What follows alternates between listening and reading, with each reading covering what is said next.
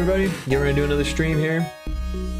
It's real late in the morning. It's like 4 a.m., but I'm wide awake, and I neglected the stream earlier. I wanted to, but then again, I didn't want to. I was feeling a little off, and now I'm feeling a little bit more on.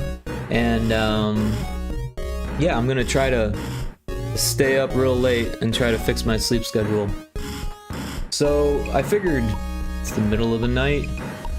It'll be easy to get a lot done, and that's the plan. So hang out for a bit, and after the ad, we're gonna get started and get back to this pet simulator for LowRezJam. See you in a minute.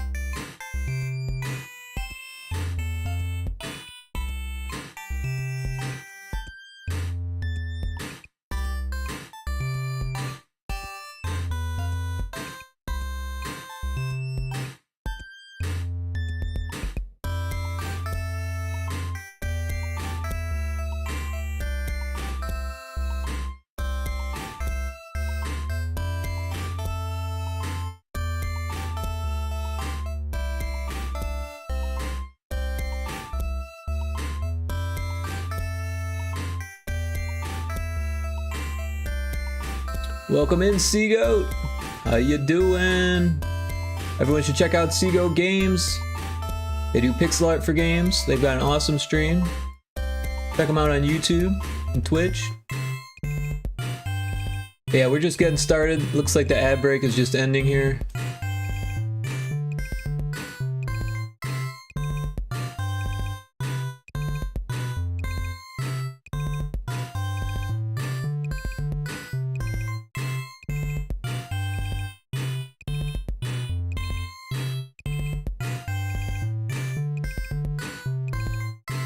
Oh, yeah. Anyways, looks like the ad is over. But yeah, thanks for dropping in, Seagoat. Good to see you always. Hope you're doing well. Okay, so what we're doing today is making music and sound effects for this game. Should be a good old time.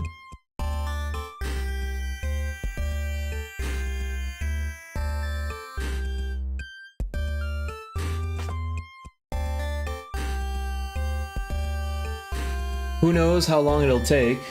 Usually I'm pretty good at just like getting something with the first go, but then again, sometimes when I'm making music, I just experiment too much, and then sometimes it doesn't come out. That's how experimentation goes, right? Sometimes it works, sometimes it doesn't. But I feel like that is part of my personality, so yeah. I do kind of like want a vibe that's kind of like, I don't know, farmy. Helen Pixels, welcome in. How you doing?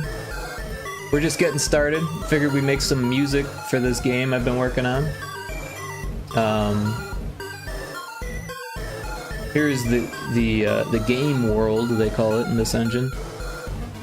And basically there's like a dungeon crawling aspect, and then there's a pet simulator aspect. I started working on a boss. Hey Helen, nice job getting first. There was a boss fight, but it didn't work out too well. Thanks for checking in as well.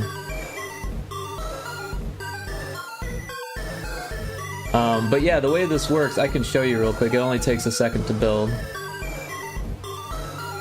This scene here relies on tile swapping and a tile set that isn't visible on this screen. But essentially, I tell it to swap out each of these tiles, which are unique, for a different tile in the VRAM. So it ends up looking more like a Tamagotchi. And then these are like the dungeon crawler aspect of it. So that way there's something to do while your pet's just working or consuming food or whatever.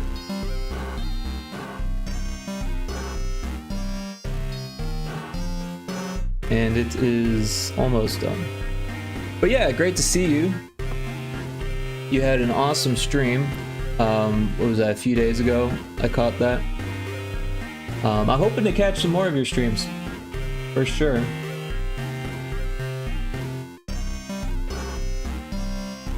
Okay, now it's packing the data. Next is linking the data, and then it should be done.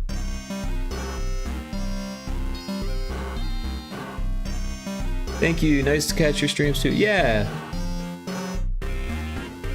Usually I do art or game dev. Sometimes I do music. So yeah, we need to come up with a title for this game. But you go through and you're like this little dude in a maze, and then you find your first pet. And I have it set up so it actually gives you all 3 pets right now. So you've got 3 pets. They've all got 25 energy and 50 food and water. You got the food and the water. And then you can put them to work, and they start making money for you. But there's no audio yet, so that's what we're going to be working on today. Looks so retro. Yeah. Yeah, frog. Yeah, exactly. It's retro because it is. It actually works on a Game Boy. The engine that I'm using is called GB Studio, and it specifically makes Game Boy games. So yeah, these little dungeons are like a maze, and you try to figure out which hole is going to take you to the exit. And there it is. And then you go back and you can manage your pet. We're making quite a bit of money because we have all 3 pets right now, and they're all working. But yeah, they're all unhappy right now because they only have 25 health. And then if you wanted to, you could like put them to sleep. But they can't work while they're sleeping, right? And you make money while we're working. But when they're sleeping, they gain energy. And I have an idea that I just came up with in the shower earlier, to make like obstacles that you might have to walk into that will deplete your energy and your health. Probably for all 3 pets, if you have 3 pets, right? Or maybe even deplete your money. Legendary Cerberus, GB Studio. Yeah, welcome in, Legendary Cerb. Appreciate you being here. We're just showing this off real quick. So yeah, there's like 30 different levels right now. I kind of want to make like 100, but they're pretty quick and easy to make using this software called Tiled that I've been using. Oh, and they poop, so you gotta clean up after them. If you don't clean up after them after 4 poops, then it starts to take away from their health. But yeah, no sound effects yet, so I feel like that's what we should be doing today, sound effects and music. Because we're at day 11 of a 17-day jam, so there's less than a week left now. You're on early. Yeah, it is like 4 a.m. I've been up all night. My sleep schedule is kind of backwards, and I'm planning to pull an all-nighter, so like to try to fix it, and then like go to bed at like a normal hour. I don't know. It's really hard for me to fix it. Part of the problem is that like I have friends in different time zones, and so like, you know, it's kind of weird. But also like my sleep schedule just drifts. I'm really bad at that. I woke up at like 5 in the afternoon yesterday, and that you know 8 hours of sleep had passed, and I think I needed more because I had like less the day before. So yeah, my sleep is kind of nuts. So now we have 99 money, and you can't make any more than that, so you got to start spending money. But that's okay, because if we don't spend money on the animals, they're gonna starve, so.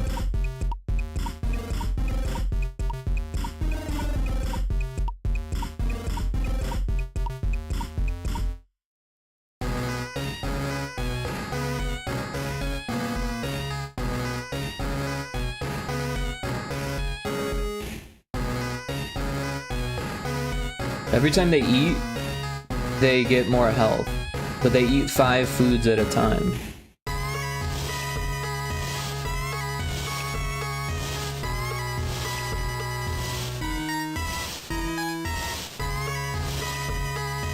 So, oh, now they're pooping.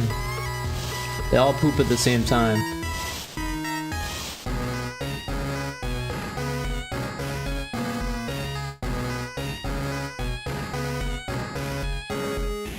Prago doesn't have as much health.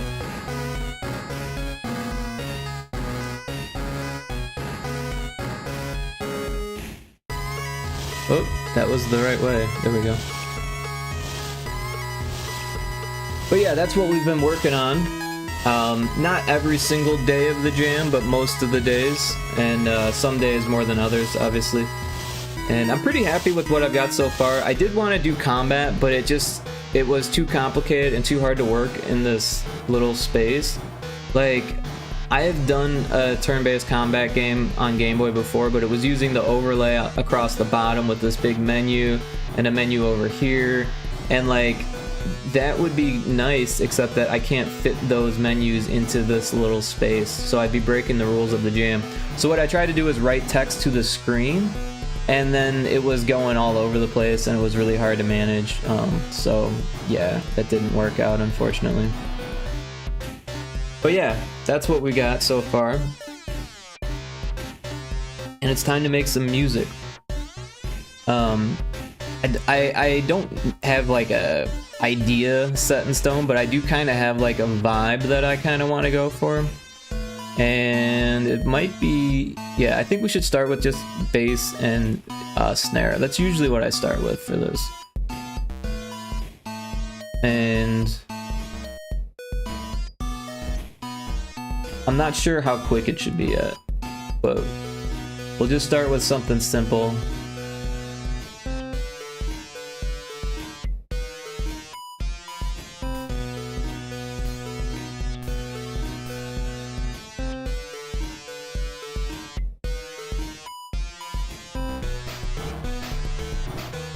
Let's turn off the music so we can hear it.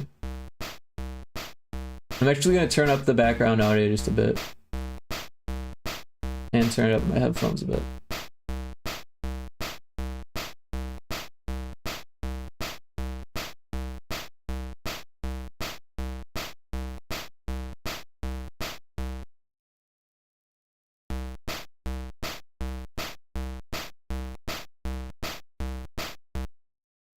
I feel like it should end differently. Let's see.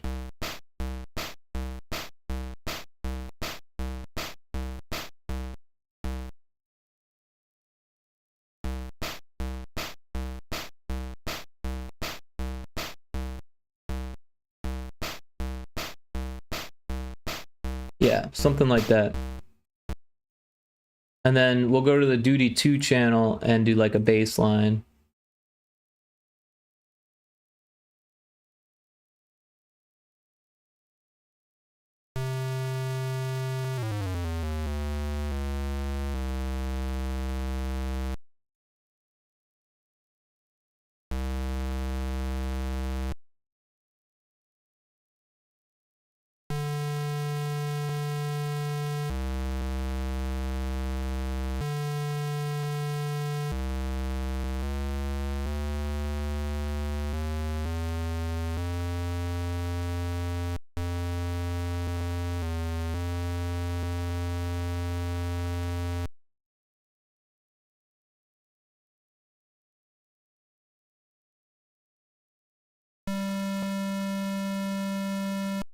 And I really don't know what I'm doing. Sometimes I just guess.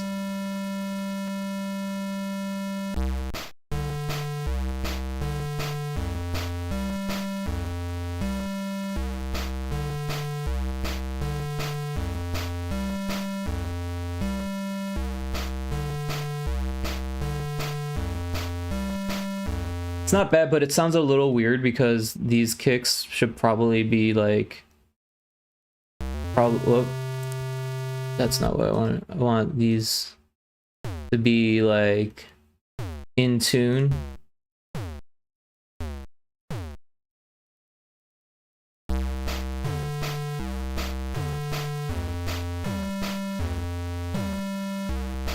And maybe 2 there.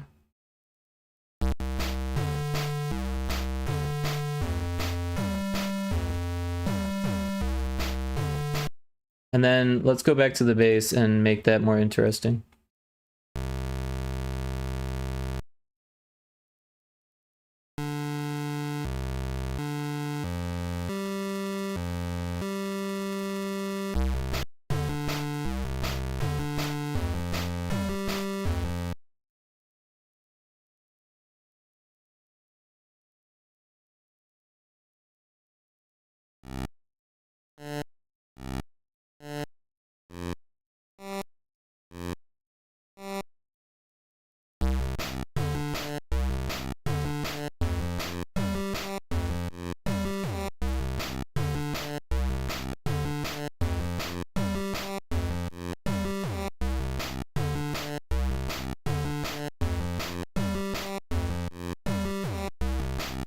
I don't know, now it feels like it needs the snares there, so maybe it needs like crash instead.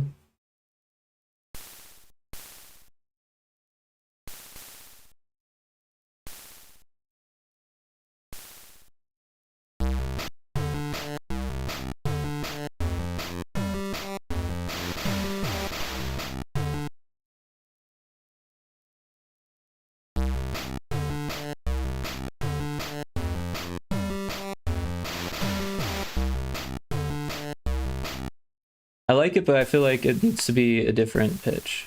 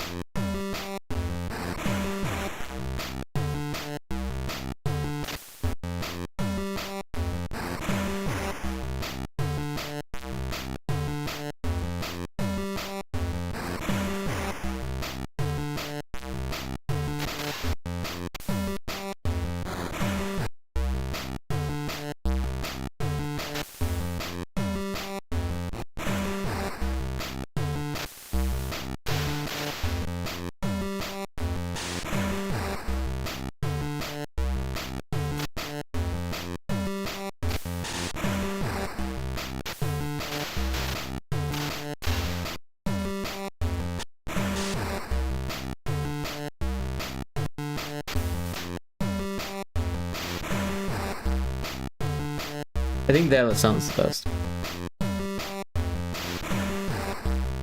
Yeah.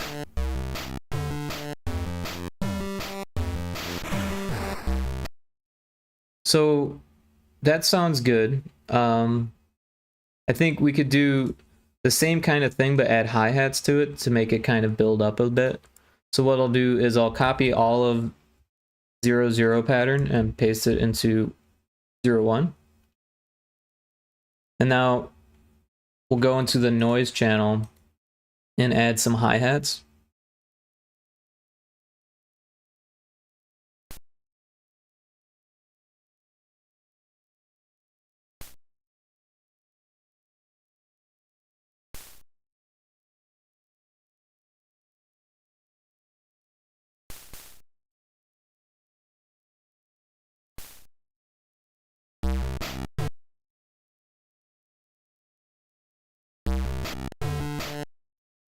So those are inaudible because they're too high.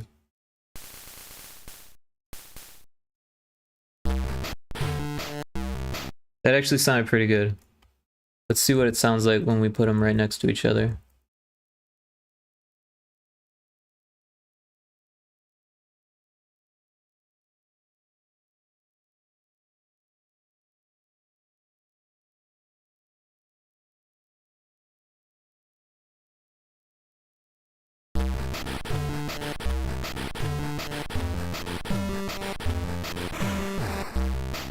So it's a little bit too much.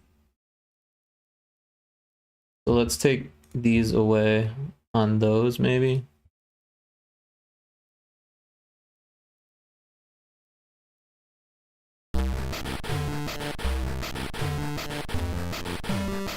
It's still too much. What if we put another crash in there?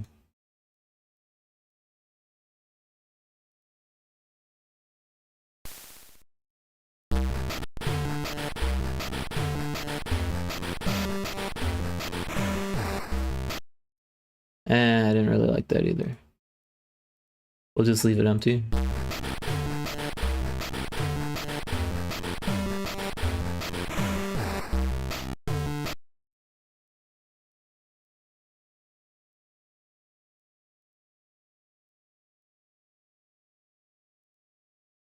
I don't know. What if we do another and we just kind of build it up even more? So we'll copy this one. And then we'll paste it here. And then we'll go back to the first one and start removing hits from it. So maybe this one.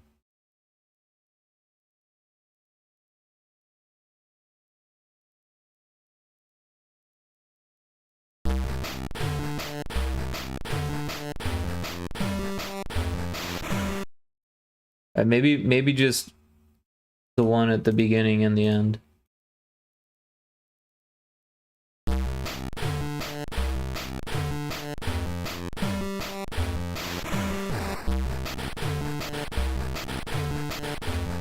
And now it feels like there's too much on this one. So like, I'm just kind of noodling here.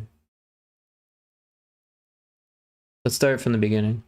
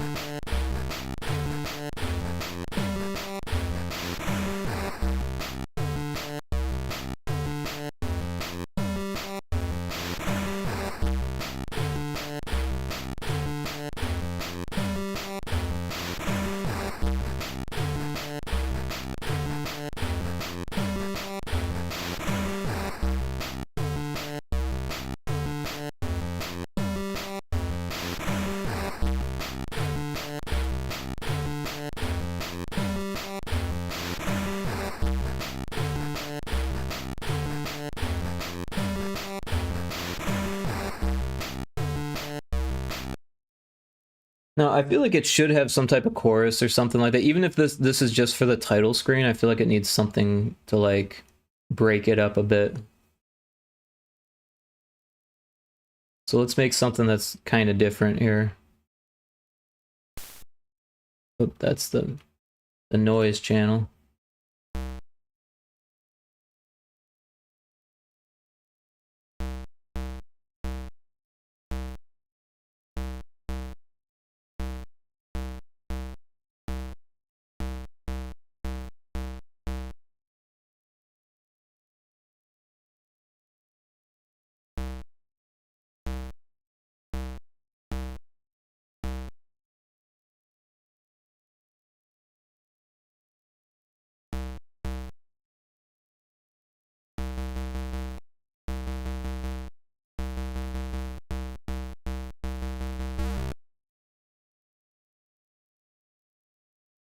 And then a bass line.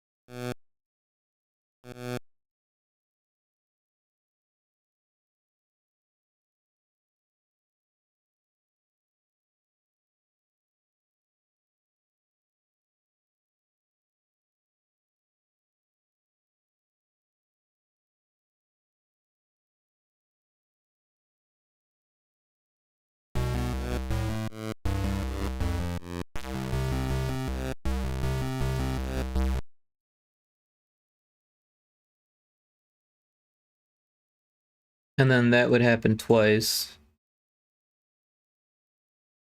And then let's put a treble in. So we've got a little bit of room here on this channel. And between the two channels we can get something to work. I really like the custom vibrato one.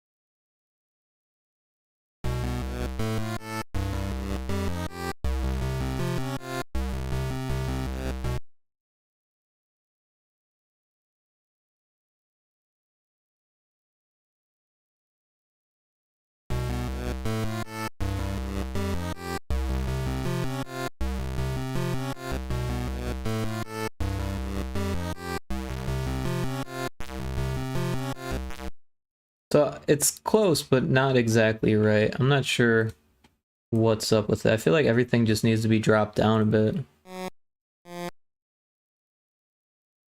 Well, not everything, but everything but that first part.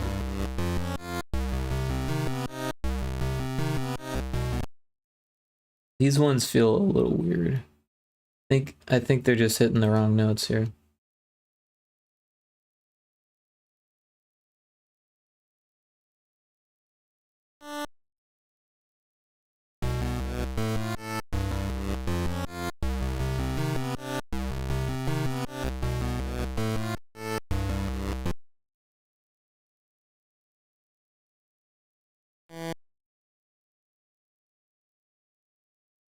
Try that.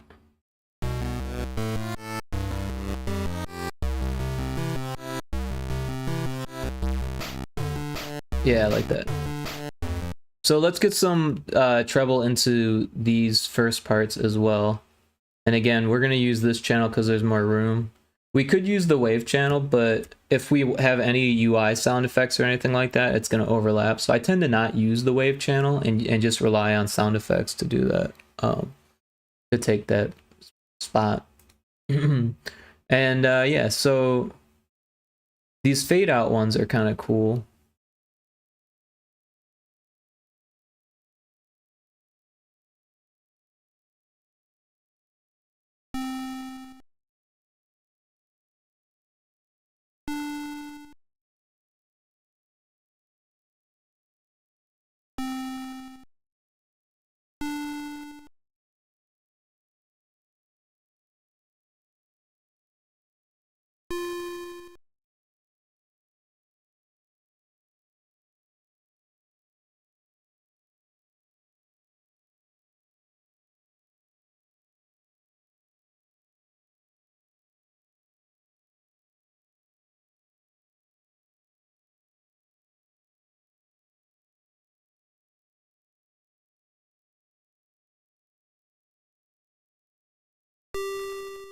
Oops.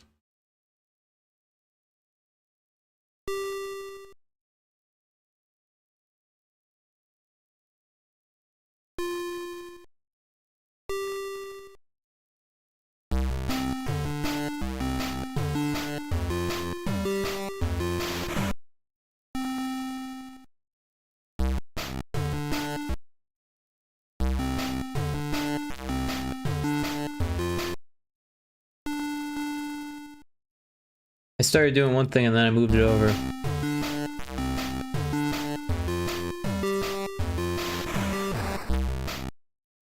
Alright, so I like that. So what we'll do is copy all of that and then just add it to these.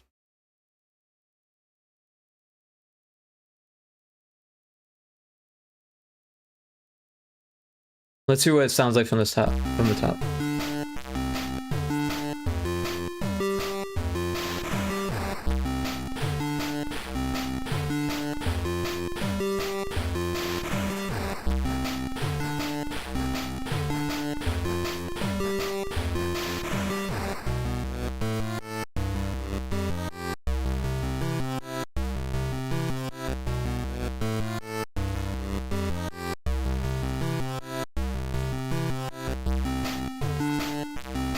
So I think this one needs to go back to the beginning and then we'll make another one that's that one. And I feel like that will be more pleasant because it's 4 and then 2.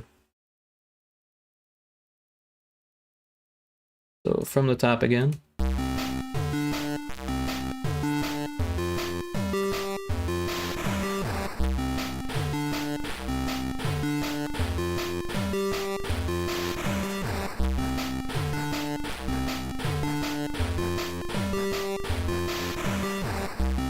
And it's a little repetitive.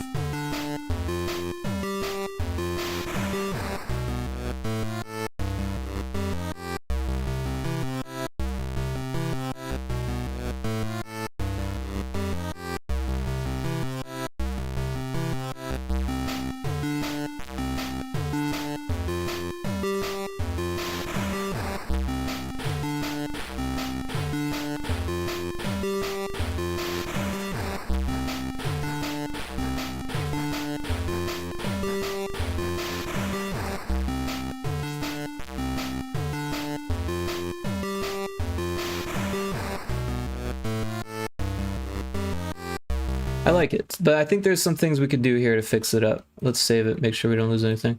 So on the duty channel, this one is the kick drum, and it could stand to be louder than everything else. And same with the snare. So if we go to the snare, so typically when you're mixing stuff in typical music, like modern music, the loudest things are either the kick or the snare, and then the second loudest thing is either the kick or the snare. So you kind of have to decide which one's going to be the louder of the two, and then the mix should push them to the front. I mean, this isn't always the case, but typically that's the case. And that doesn't necessarily mean that you need them to be the two loudest instruments, but one of them should stand out in the mix for sure. And if both of them stand out, that's pretty good too. It really depends on the genre. We'll see what difference that made. Sometimes the play button stops working, and usually you can just switch between a different song, but we don't have another song, so we could switch to the game world, but we do need another song anyways, so we'll just make another song.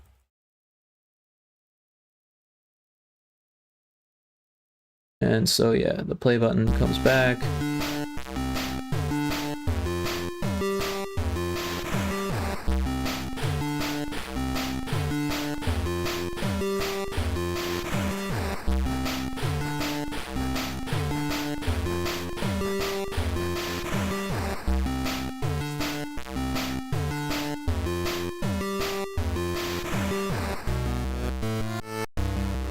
Now, there's no snare in this. So what I think we should do is actually make a fourth one and then copy all of 3 to 4. And then on 4, because it kind of sounds nice that there's no percussion all of a sudden, but it would be cool if it like leads into the next part better, so we can like do something with the crash here, and maybe, oh wait, that's kind of low, isn't it?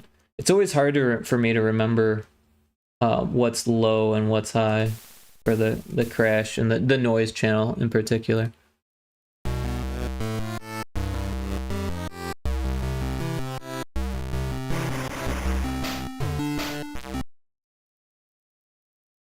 feel like 3 is probably good.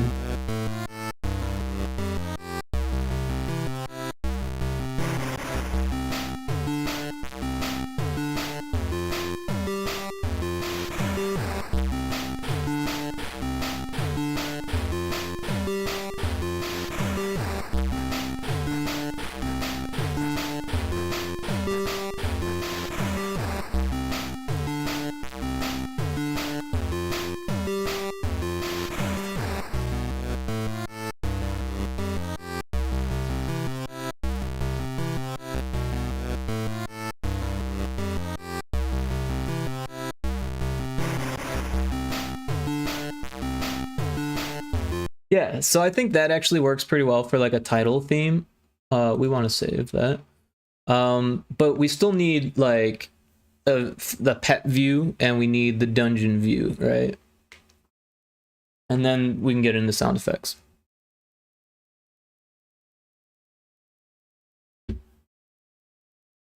But yeah, it's nice to be working in the middle of the night without any of the common distractions from chat. Not that I mind people chatting, I actually enjoy it quite a bit, but sometimes I get a little distracted and I'll start chatting and like just not really doing what I'm supposed to be doing, and that's fine too. But like now we're getting to the point where we have less than a week left. There's still some things that I want to do. There's not even any music, you know, like let's get to it, right? So we'll do half the time, and then we'll go fast at the end.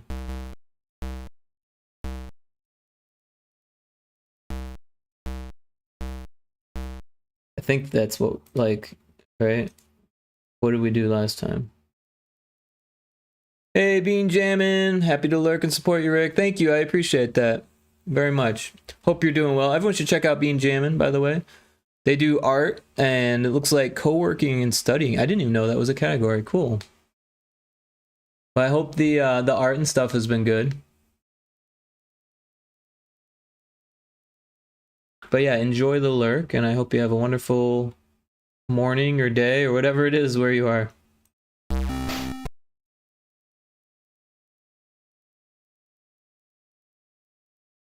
Oh, so I guess that is the same tempo. I thought we were going faster on that one.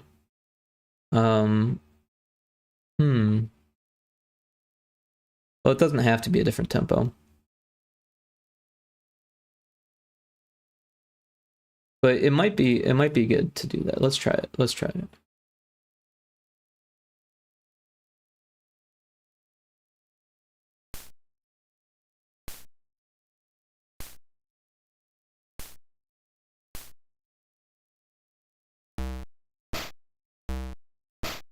Evan, well, had family over for 2 weeks, so I took a pause in streaming, but want to get back into it this week. Cool. Well, that's awesome. You had some time to spend with your family. Yeah, I took a good week off I guess last week. But yeah, I came back on like the 1st, so I guess it's been over a week.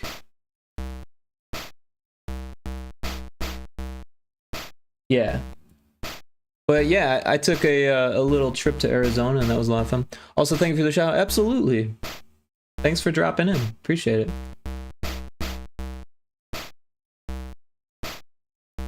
Did you enjoy your break? Absolutely. Yeah, I had a good trip. I used to live in Arizona, so I was going back to see a friend of mine, one of my best friends, and just hung out at his place for a bit. He's a teacher, so he was like just getting ready to start the school year again, still had some time off, and you know, I love the desert, so the heat doesn't really bother me. We weren't really outside much anyways, and then it was actually really beautiful out, even though it was kind of hot, and mostly we just played Helldivers, which is kind of funny because we can do that anywhere, but you know, it was fun to play and to just relax and to not stream for a bit. But then I came back and I missed everyone, you know? That's kind of how it goes. But it was a nice break. And then, yeah, on the way back, I drove through 2 dust storms. That was kind of interesting. Because it's like monsoon season over there. In the Sonoran Desert, they have like rainy season once in the year. And it's like late July to August, and give or take. And it just like downpours, like... But it's crazy because it'll be like a like one cloud, a dust storm. Yeah. So this like one big thundercloud just like downpours like crazy, like really big drops, really fast, and just like not even a whole lot of wind, just like straight down. Pow. And what that does is it actually creates wind, right? But then the like impact of the droplets hitting the ground kicks up all this dust, and then the wind takes the dust, and it's like this, like it almost looks like water, but it's dust. That's like how much dust is coming. Like, it's crazy because it's just been dry for like the whole year, you know. Every year it does this. Sometimes the dust storms hit the city, and that's crazy. When I was living in Phoenix, the first summer that I was there was a dust storm. Like the first month that I was there, it was pretty crazy. But I missed that one. We were actually driving on the way to a Thai restaurant when that one hit, so I was inside the Thai restaurant as the dust storm hit, and like it was just good timing, I guess. But yeah, sometimes it could be really serious. Like they tell you not to drive and stuff because it'll fuck up your car. But luckily the ones that I drove through were actually pretty small and very like direct. Like they were like in one spot. Like they weren't like all over, you know. It was just like you're in the dust storm, you drive for like less than 5 minutes, and you're out of the dust storm, you know. But yeah. Anyways, it was a nice little adventure.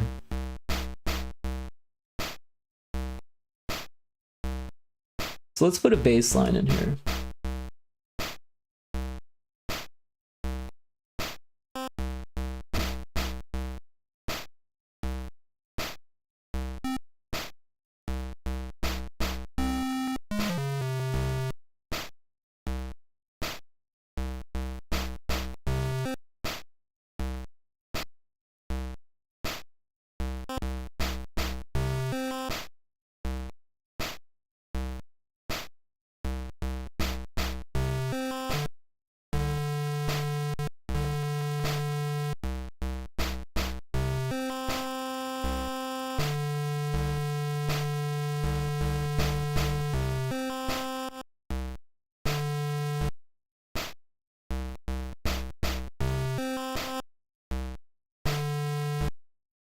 Sometimes this arrow gets like way out of whack, and sometimes it just keeps going even though you tell it to stop. It's a little bit buggy.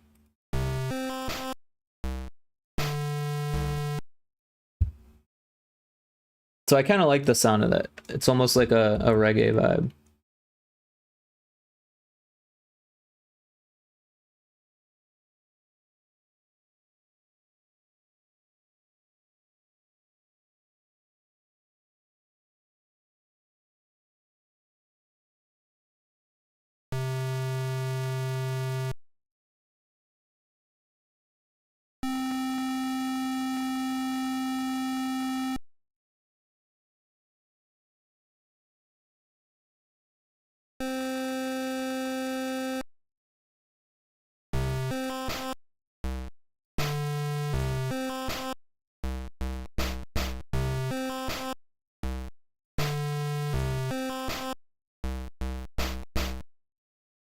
Cool. So I like that. We'll do another duplicate and then we'll add something to the end.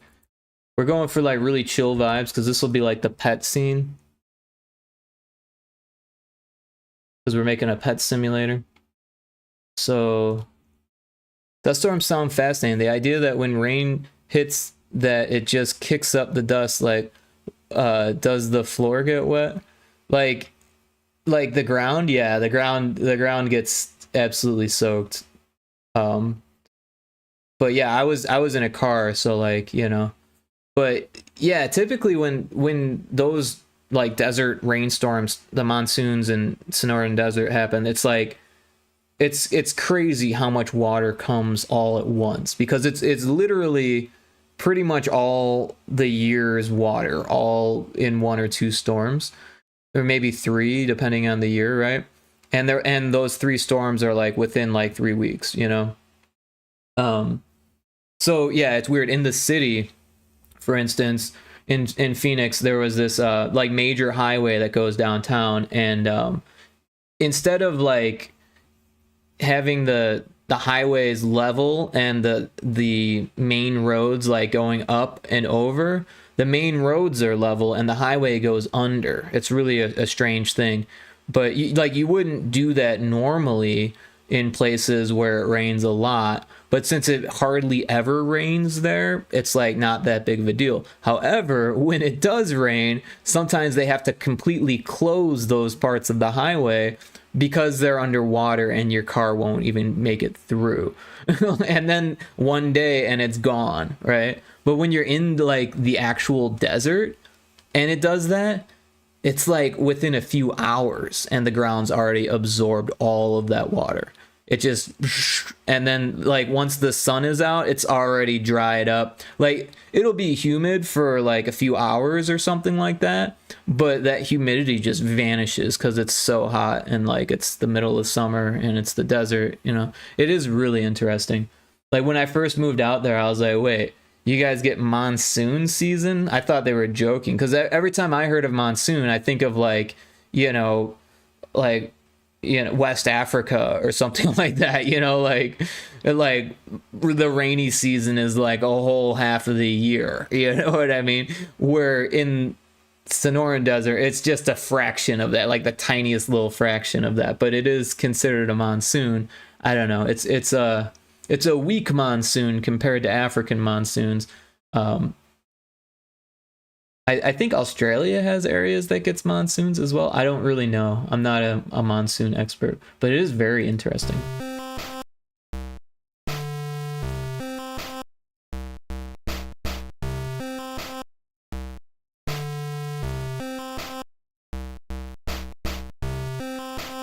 So we've got two, but they sound exactly alike. So let's take this second one and make it a little bit more interesting because we've got all this space. And maybe we just go doom ding doom ding. I don't really know. Something like that.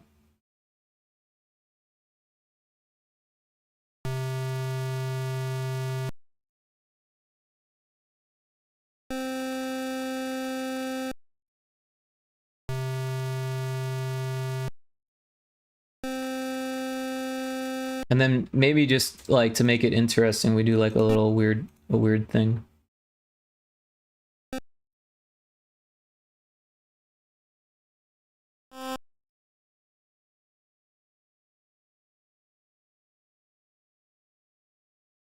All right, let's try this.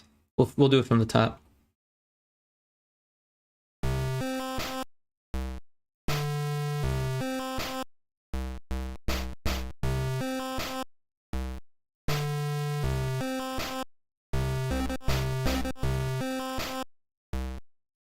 I need to pull a tab and do more reading about these weather phenomena. Yeah, it's interesting subject matter.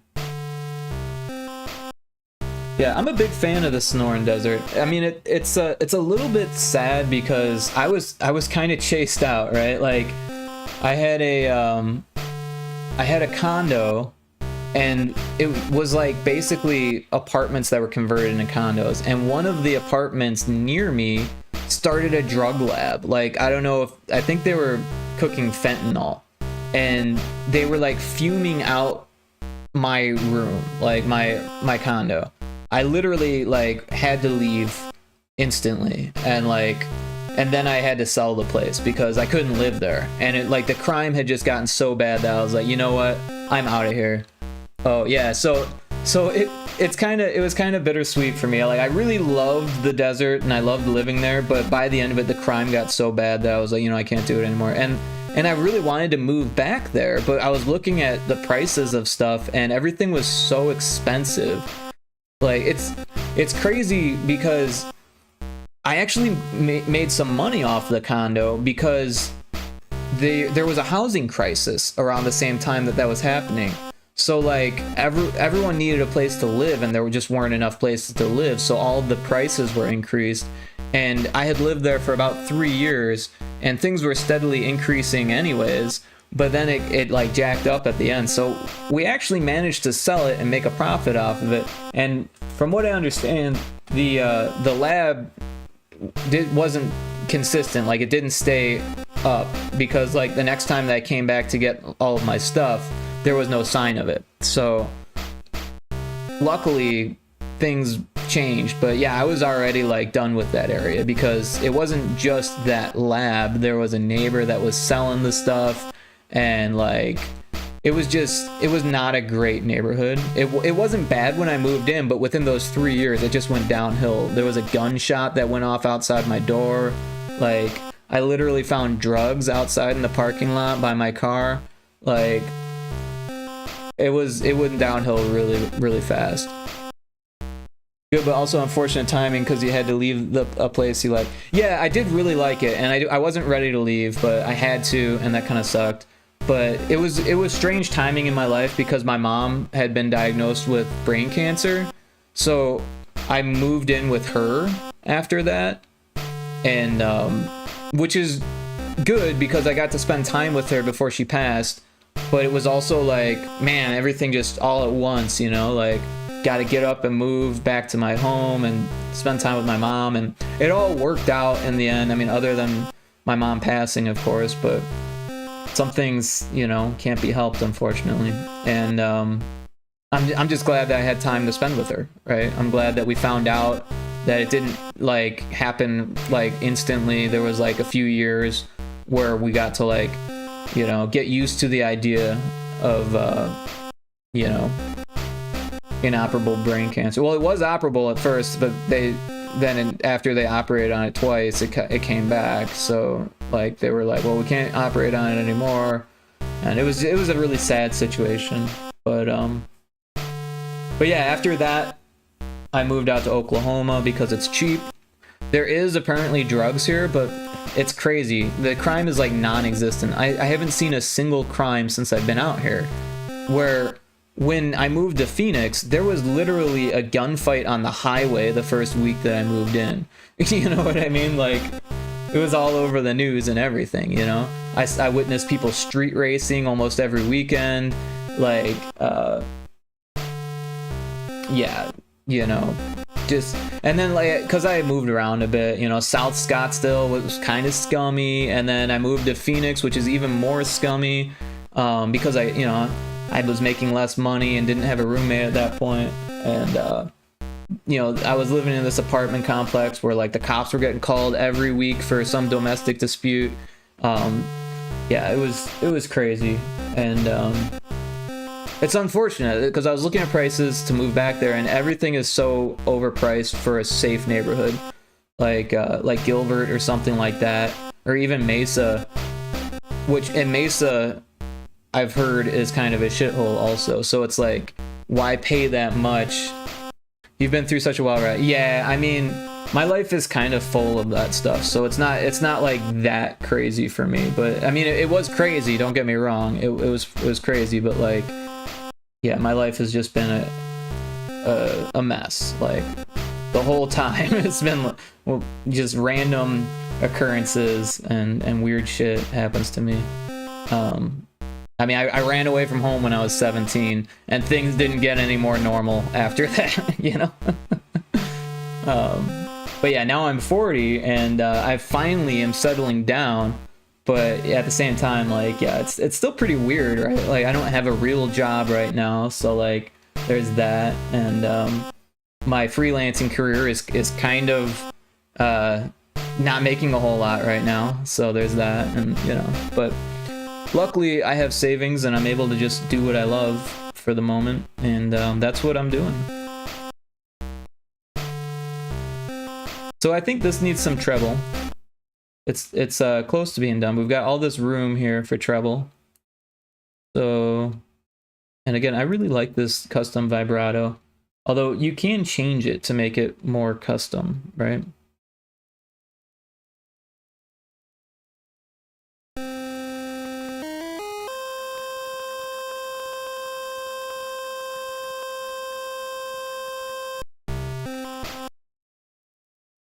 Oh, that was on the second one.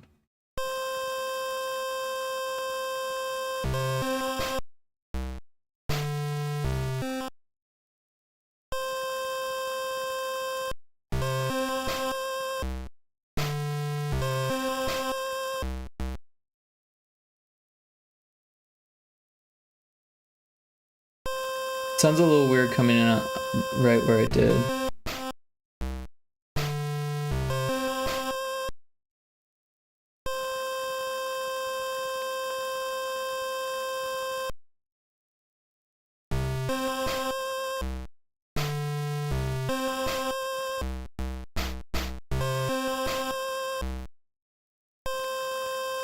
I don't know if I like it where it is.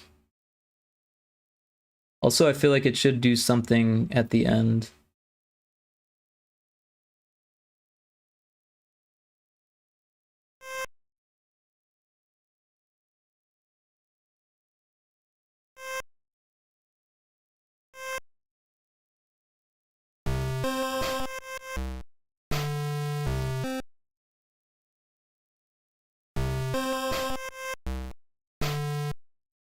That sounds kind of cool.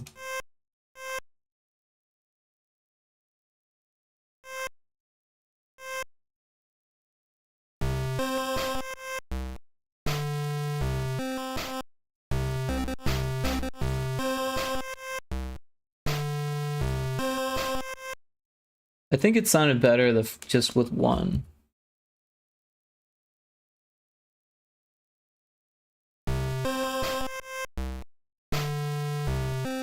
I'm happy to hear you settling down for the moment. You are very resilient. I'm sorry to hear about your mom. Also, I hope she's at peace now. Yeah, absolutely. Thank you very much. I appreciate that. Yeah, I don't mean to, like, dive into all that, but that's just where I'm at in my life right now.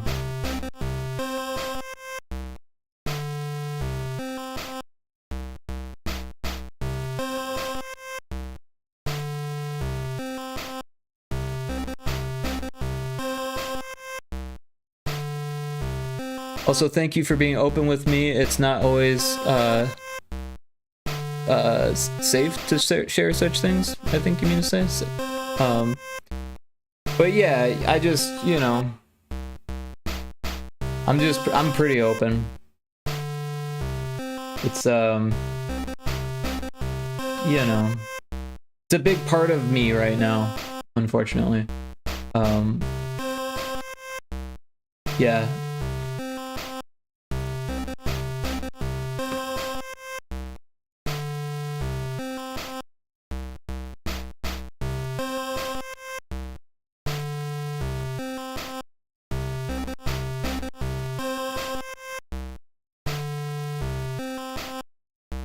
But I like where this is going. I think it could use something. Not sure what though. Maybe more percussion. I like where the song is going also. Thank you. I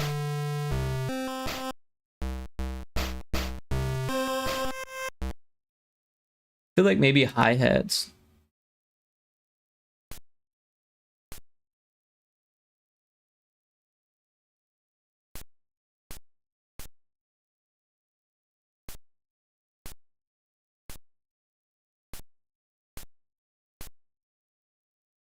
Oh, add BRB. Sorry about that.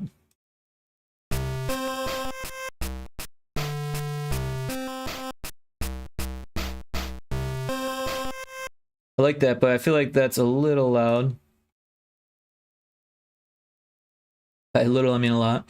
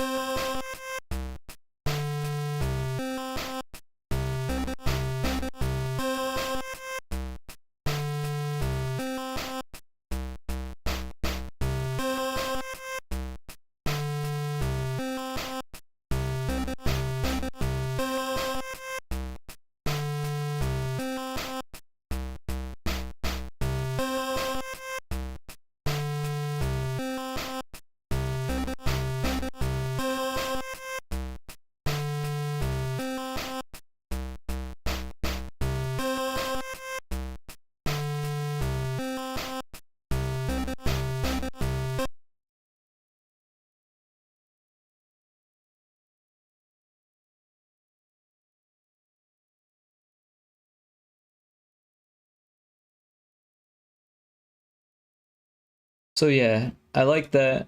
I think that'll work, and then maybe we'll do fast kicks for the chorus again. And then maybe slow it down for the end. Back from the ads? Yeah, sorry about that. Welcome back.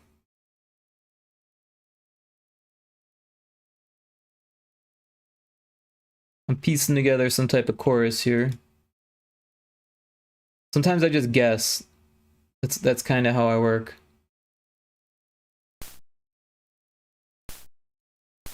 Like I just kind of rely on intuition when it comes to making music. Sometimes it works, sometimes it doesn't.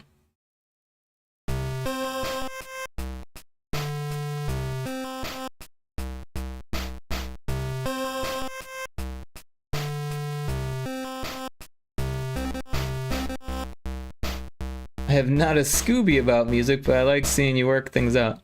Nice.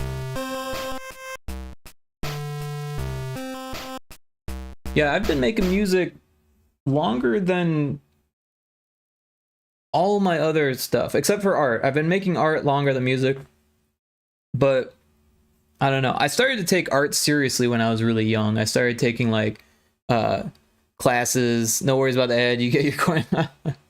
Yeah. The 5 cents or whatever.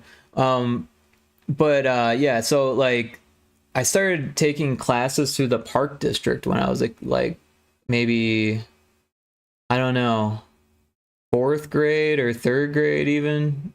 Probably 2nd or 3rd grade. And then around that same time in like 4th grade, I started playing cornet and bass guitar, and I didn't do very well at cornet. I was so bad at it.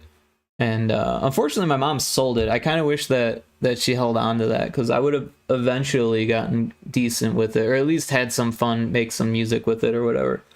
But I took bass more seriously. I started taking bass lessons and actually learning how to play different songs and stuff, and joined a band, you know, like a rock band type thing. And then from then on, I was in bands almost...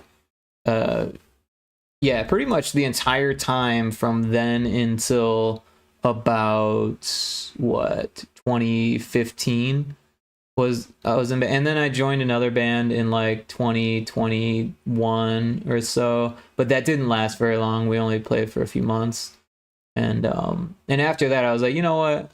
I'm kind of done with this whole crazy musician friends thing. Like, I mean, not that I can't be friends with crazy musicians, but like the one friend that I had that was like, oh, you should come jam. We'll start a band. We'll play shows. Like, he wigged out. Like, I don't know. He was going through something, and he was drinking a lot, and he like nearly attacked me at band practice over like some miscommunication, and and he like threatened to kick my teeth in, I think is what he said.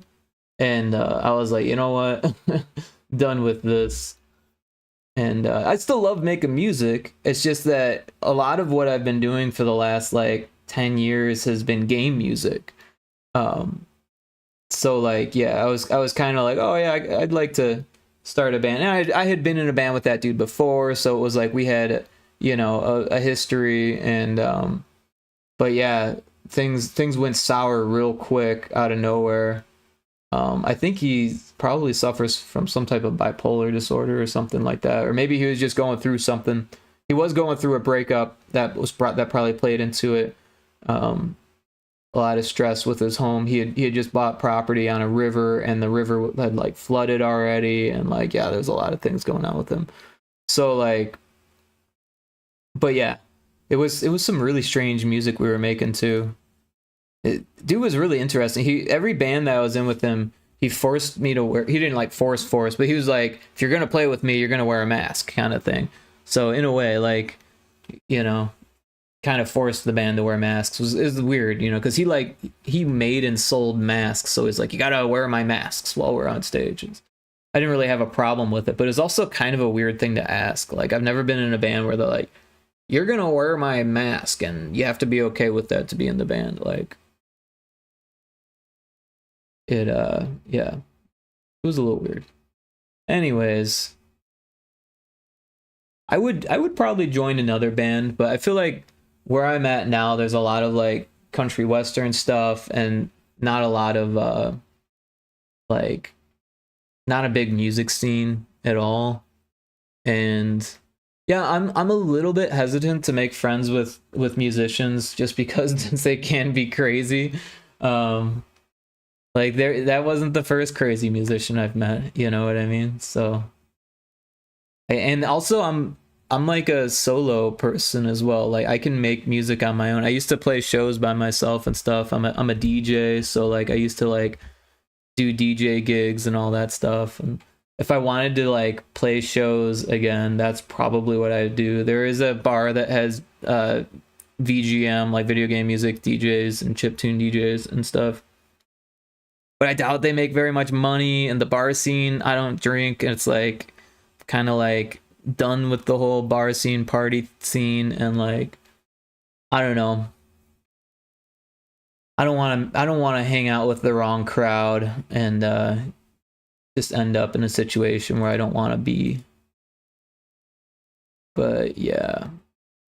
What do I want to do to this? I think it needs treble. Where was I? Oh, it doesn't even have bass yet. Let's give it some bass.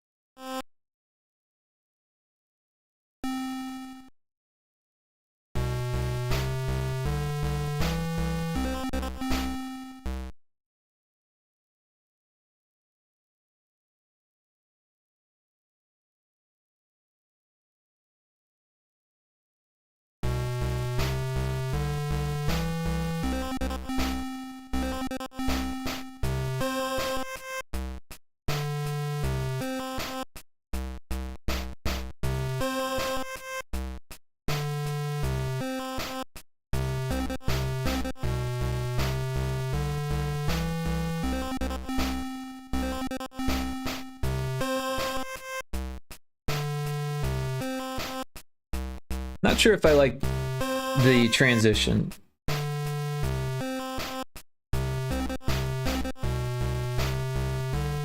Yeah, maybe it's okay.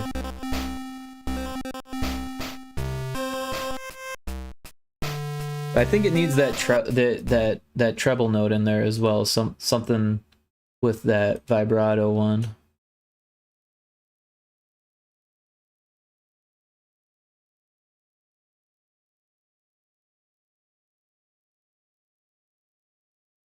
Maybe we can put that here.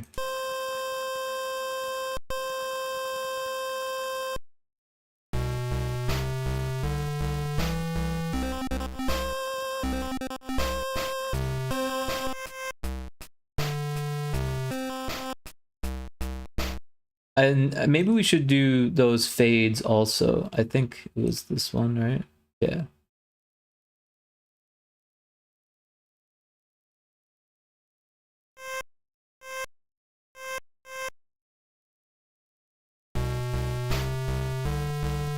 The idea of wearing a mask while in a band is rather interesting, and it makes sense that you would want to avoid previous experiences. I'm sorry things went south so quickly too. But it's good you're making music now, but in a different way. Yeah, I never really stopped. I just, like, for a while I went solo, and then I started doing video game music. And it just made more sense for me to, because I had so much trouble making any money off of music. Like, literally tried my whole life.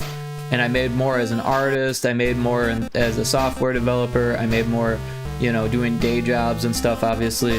And then, like, the fact that I can make music for games and get paid to make games or music for games and stuff like that, it just seems like a way better way to go than, like, saying, like, oh, come listen to my original music, or, like, playing covers at a bar and be like, come watch this cover band. Like, it's so difficult to make back any money that way.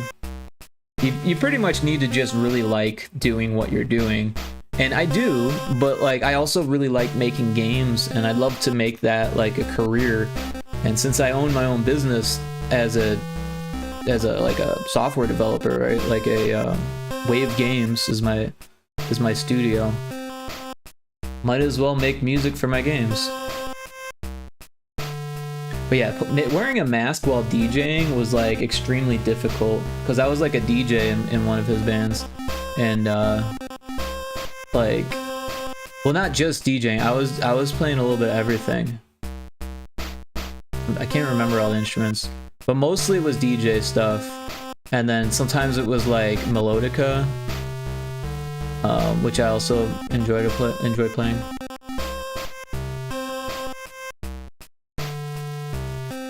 So honestly, I think this is kind of good how it is, because it's just like the pet simulator part.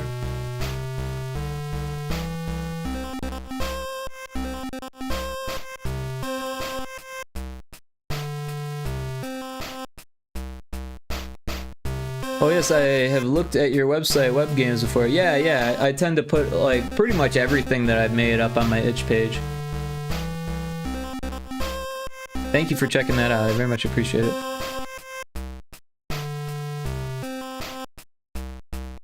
But yeah, I plan to start selling stuff. Mostly it's been free so far. But yeah. Some of the stuff is getting updates and, like, more content and stuff, and some of it's really close, some of it's not as close, some of it's a little bit closer. Yeah, so like Pyrotoad is going to be a premium game. We're gonna have, like, a demo, but also that's, like, a team project. I'm working with Johnny Manjiro, a designer in Japan, and I've been making the art and a lot of the audio for it. He's been helping with some of the audio and doing, like, the level design and a lot of the programming and stuff for the game.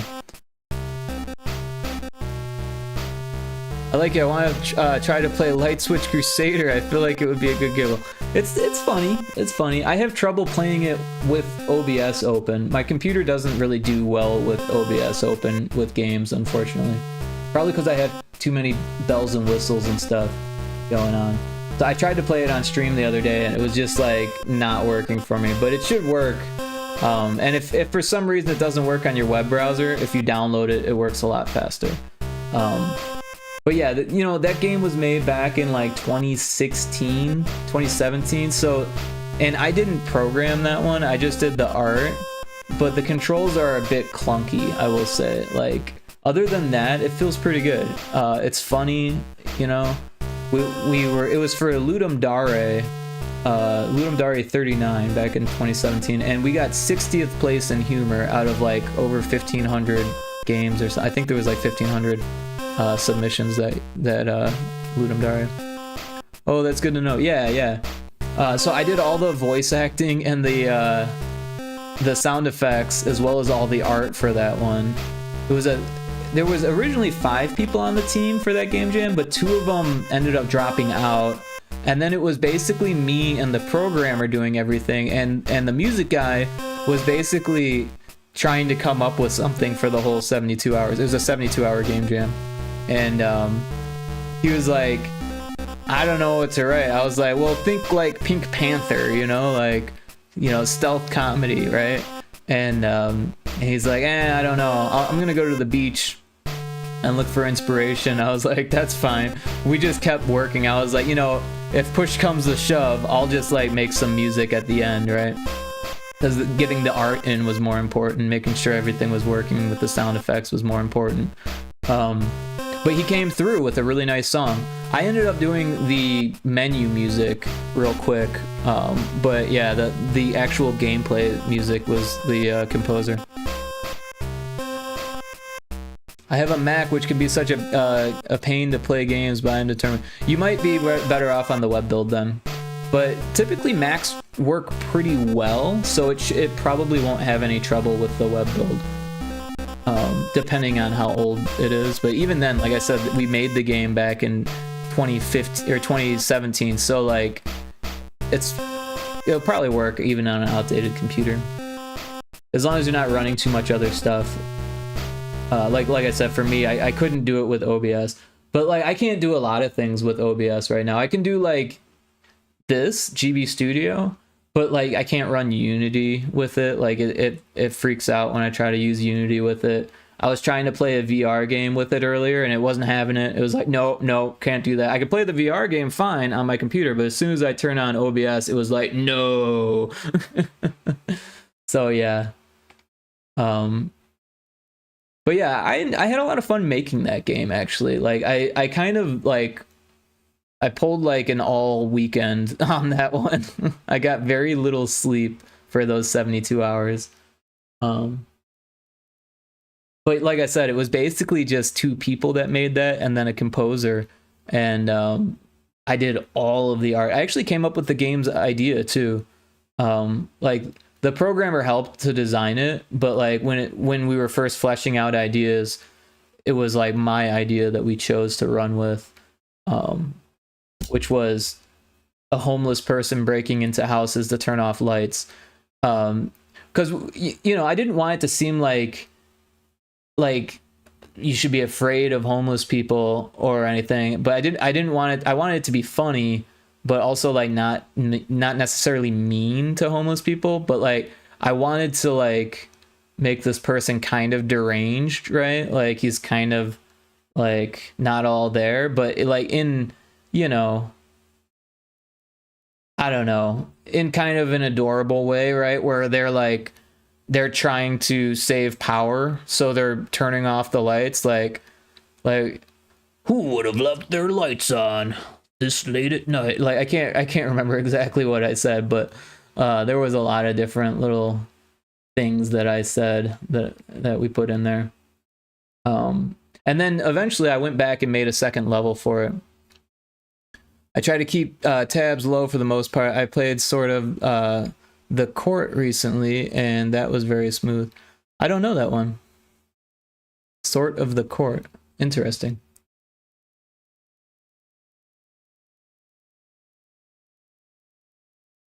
So now we kind of need like the dungeon crawler song. So we'll just call it song 3. And this will be more like intense, I think. Might even change the tempo. I use this tempo a lot though. Let's try it one notch faster. I think that's faster. Could be slower. And then yeah, we'll add a bass drum.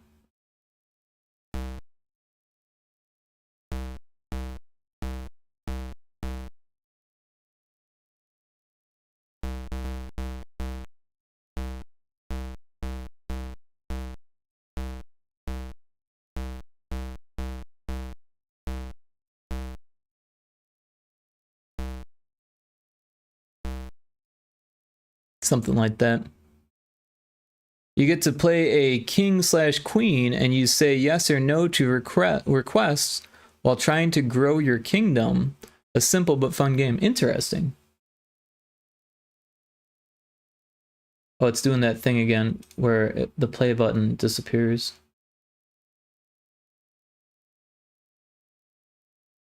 There we go.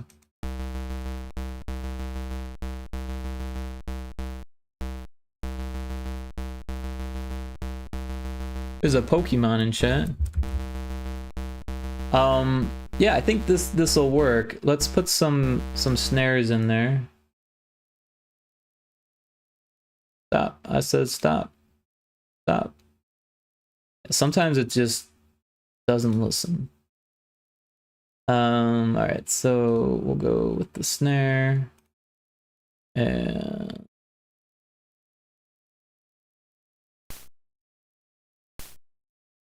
something like that, maybe?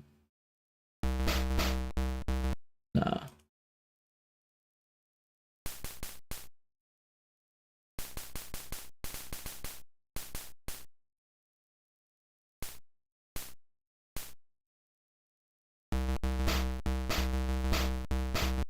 Nah, I don't like that either.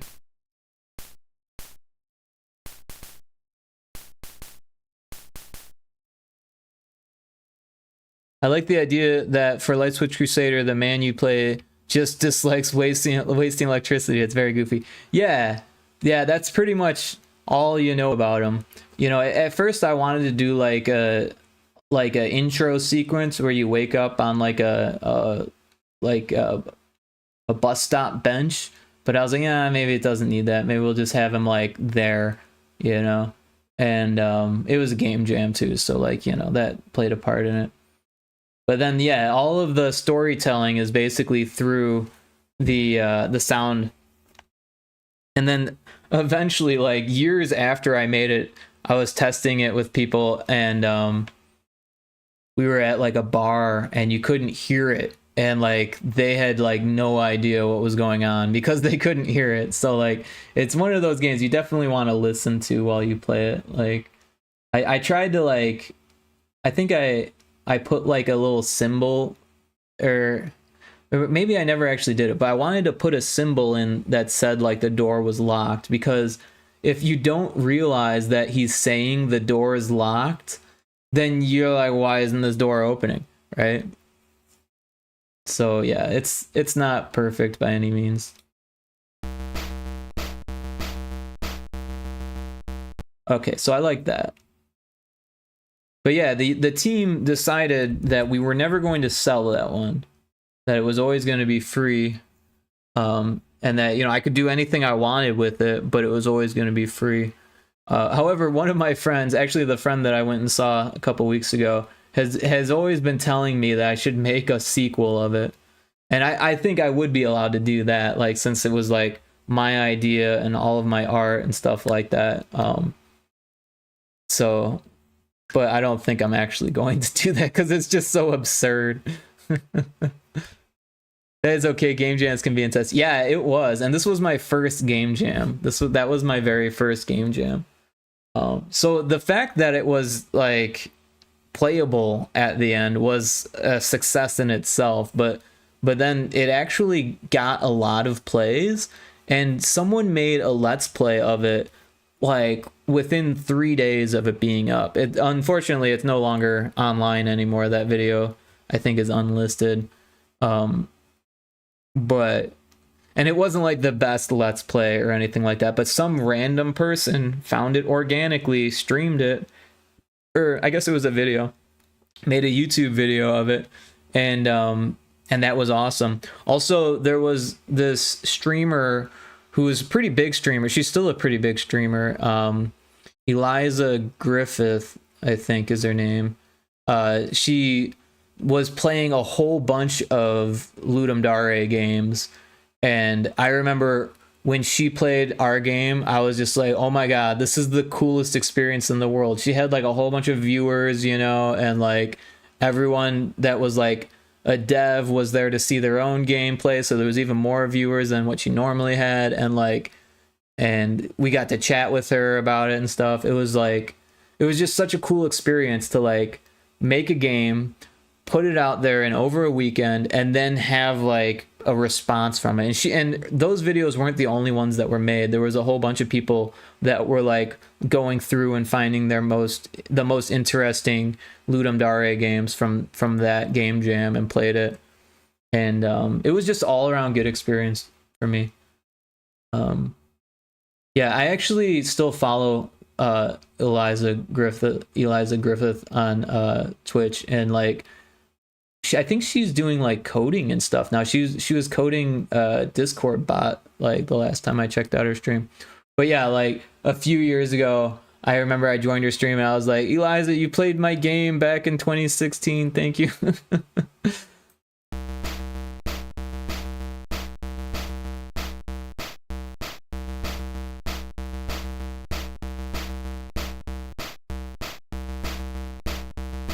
So I like that. It's kind of got like a punk rock tempo.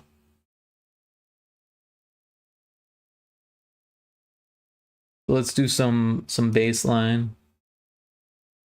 Maybe like a something like that.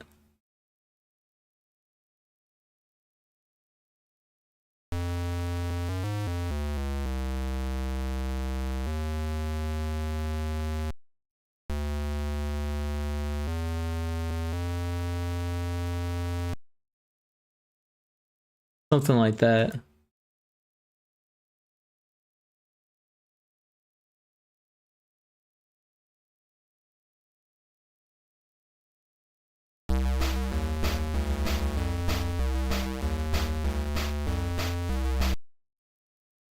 So yeah, the bass drum needs to be louder than everything else.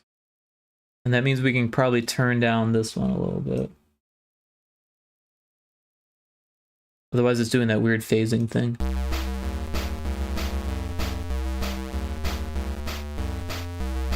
It's kind of doing it anyway, so let's maybe try a different instrument.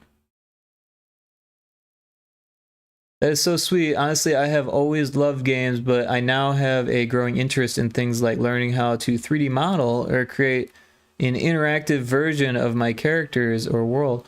That's awesome. Yeah, you know, I studied 3D modeling animation in college, and I love it. You know, I still do. A lot of the work that I do, like freelance, is 3D stuff. I know that like most of the stuff that I do nowadays is like 2D retro pixel art stuff, but I still have a passion for 3D. I've actually picked up Blender, even though like I was using 3ds Max back in college. Like since then, Blender has come out, and I've gotten pretty decent at Blender. And I love 3D stuff. And I definitely want to get more into doing low poly models with pixel art textures, because I love that aesthetic, kind of like Blockbench style. But you can do that in Blender, and I've seen a lot of people make really cool characters that way. And you know, the whole VTuber thing, it would be cool to do like a low poly VTuber model like that. And I don't know, I really want to get back into that. Like, not that I haven't really been into it the whole time, but I really want to like sink into it and do like a 3D game again. No idea what I would actually do. And I've got so many 2D games that are either unfinished or like getting finished or whatever, but I don't know. I'm due for a new computer, and once I have that, I feel like it'd be a lot easier to do 3D stuff on stream. Because I could do like Blender and 3D modeling on stream, but like when it comes to like making a 3D game, I think I need a better computer if I'm gonna be using like a VTuber and like, you know, all of this crazy stuff I've got on OBS. Yes, low poly, I like it too. Yeah, I've been recently picking up the skills on how to do that stuff in Blender. Where like mostly what I've done in the past has been like either high poly or just like regular poly, you know, like because I did a lot of ZBrush when I was in college, and unfortunately ZBrush is like really expensive, so like that's not really an option. Um, and it's not really great for games anyways, because what you end up having to do in ZBrush is like using ZBrush to make like high poly normal maps and then mapping them onto your like lower poly models, and you end up having to like retopo sculpts and stuff like that. So there's like all of this like in the way of making a ZBrush model work in a game. Like it's great for like sculpts and stuff like that, but when it comes to actually like putting that stuff in game, there's like a whole bunch of steps that need to be done. And I do know how to do that stuff, but the overhead of the actual cost of the software is preventative when it comes to that. One friend has a model of his Sona bounce around his screen like the DVD logo would. That's cute. Right, yeah.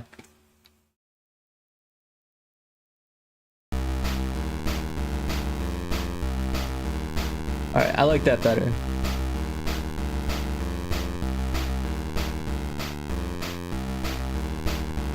But I feel like it could do like two. So let's hear what that sounds like.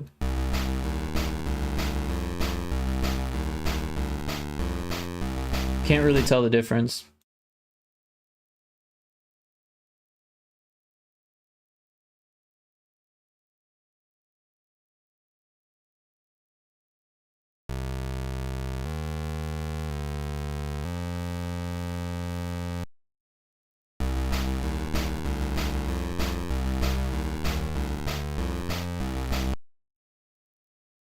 I can't tell the difference. Retopo takes a lot of work. I remember doing rigging in uni using Maya, so I need to relearn now to do similar things. Cool. So you did Maya in school. That's awesome. Yeah. So when I was in school, Maya still wasn't big yet. Right around the time that I was graduating, Autodesk bought Maya and started dumping their resources into Maya to make it like pretty much more useful than 3ds Max, which was Autodesk's former flagship product. Now they do both, which is kind of stupid because they're a little bit in competition with themselves with Max and Maya, but I think Maya came out on top because it has better animation tools. But I never learned how to use Maya for animation. I use 3ds Max for animation. But again, both of those, 3ds Max and Maya, are both just like way too expensive, even with their indie tier prices. So it's like I was like hoping that some employer would like pay for my license and when they give me a job, but like there just wasn't a lot of people hiring when I graduated. I graduated during a recession, so it was like if you really want to do this, you're just gonna have to do it yourself. And that's when I started making my own games. It's so expensive. Yeah, Autodesk products are just like crazy expensive. I did study 3D animation. That's awesome. That's so cool. Yeah, you should definitely get back into it. Blender is actually really useful and easy to use. I mean, I don't know. I say easy to use, but it's in depth. There's a lot to it, but there's a lot of good tutorials out there. And like any question that you have about it, you can go online and find the answers like really quickly and easily. I had a little bit of trouble maybe like the first month that I was using it, but I just kept using it.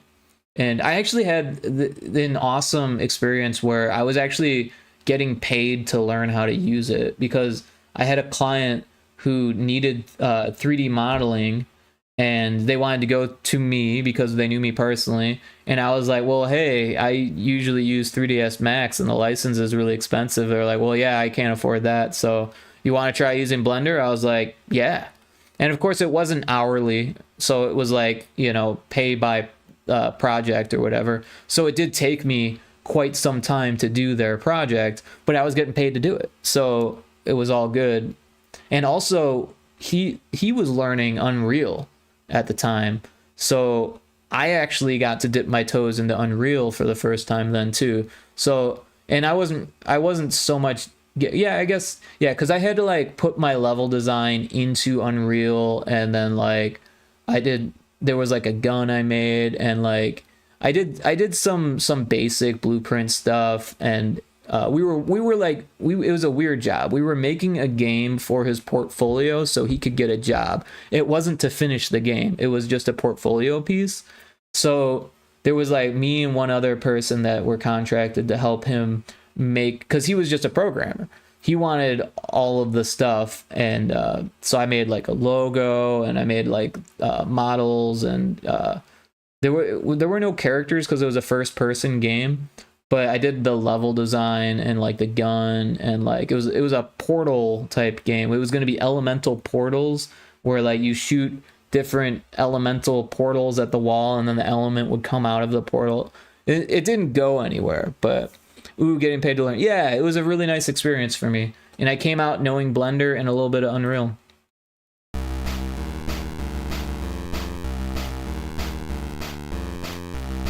Yeah, and I'm glad I did, because like right after that, I ended up getting a job with a client that I had for like 3 years.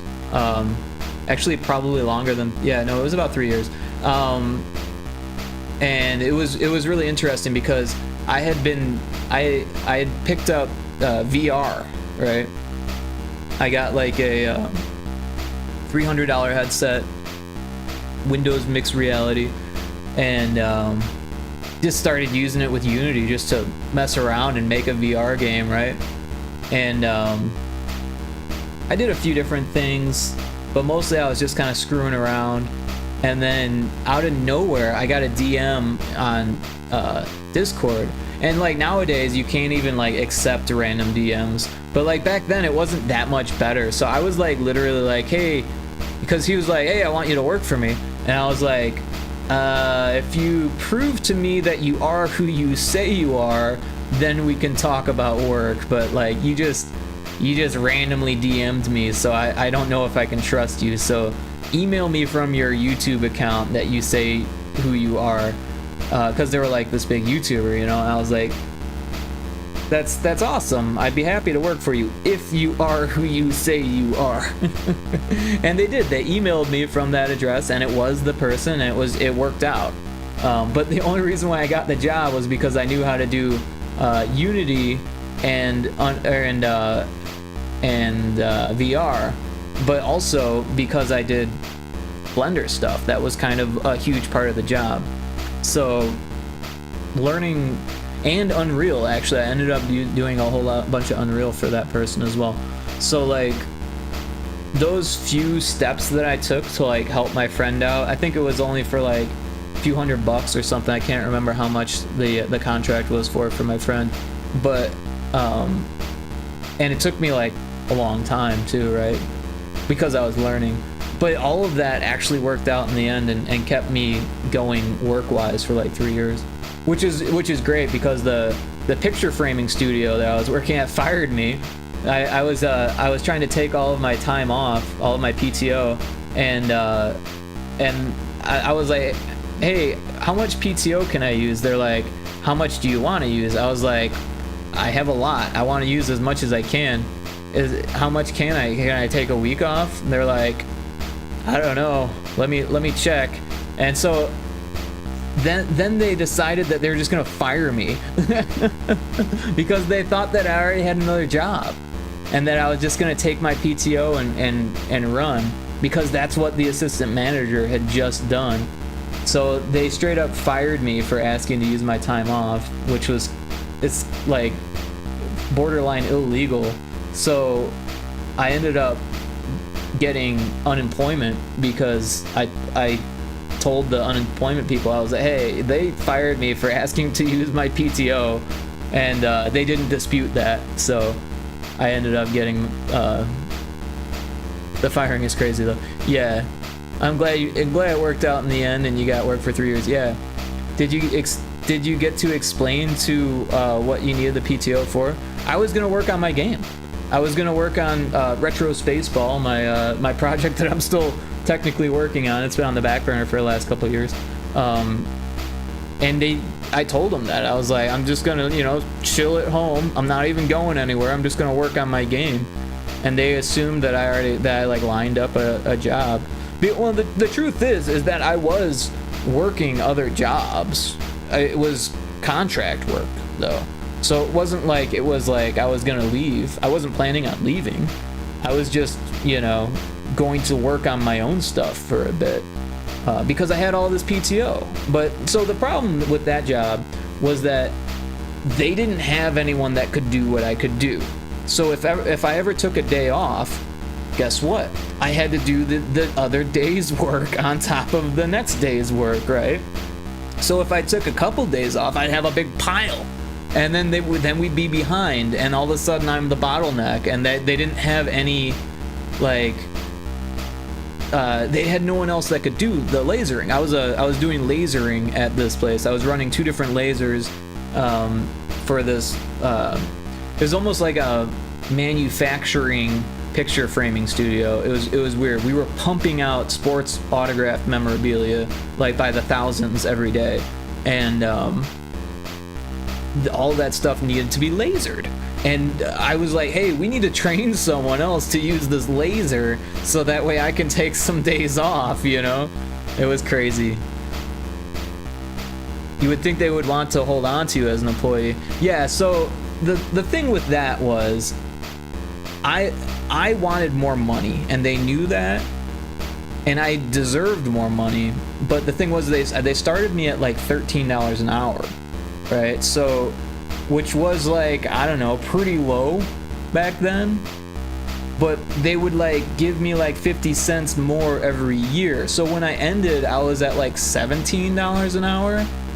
But then they hired a bunch of new people for $17 an hour starting, and I was just like, man, this feels like shit. And then they were coming up with excuses. They were like, you know, you've got a bad attitude, so we're not gonna give you a raise. I was like, I've got a bad attitude? I have like chronic pain because I was literally dealing with like a gluten intolerance that I didn't know that I had. I was going to the doctor to try to figure out what's wrong with me, and I had a gluten intolerance, but no one could tell me that for years. Everyone was just like, oh, we don't know what's wrong with you. They were like testing my blood for fucking everything, for cancer, you know, for fucking you know, for tetanus. They thought maybe I had tetanus. They're like, we don't know why you're in pain, you know?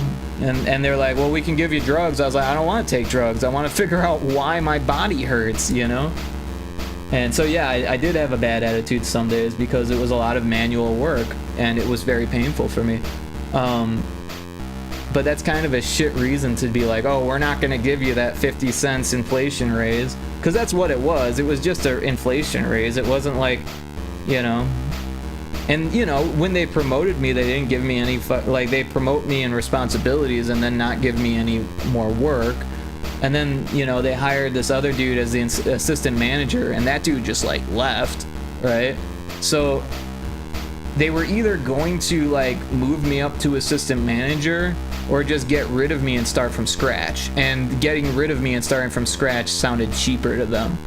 So that's what they did. It was a mess.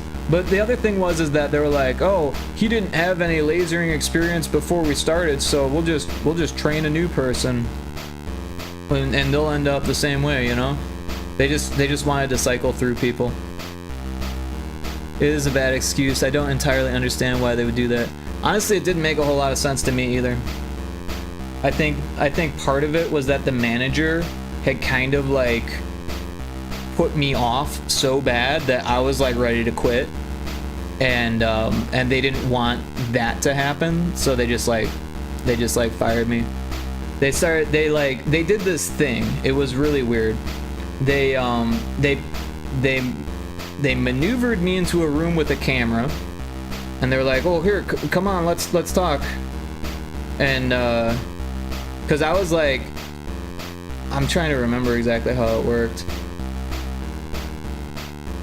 I can't remember, but what happened was, in front of the camera, the boss was like not listening to what I was saying, right?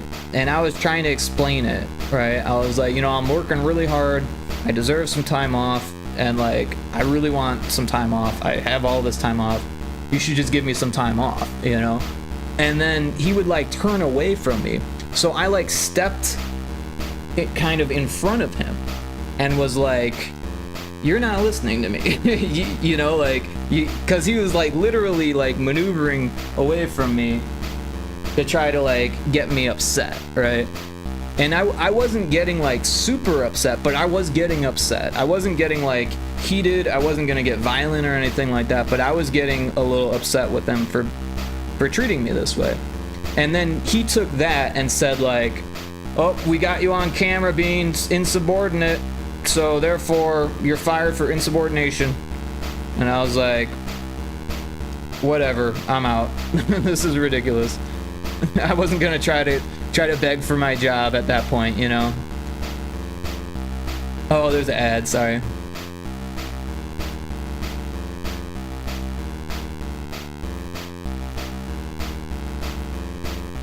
I'll wait for the ad, sorry about that, yeah. Anyways, that's a little repetitive.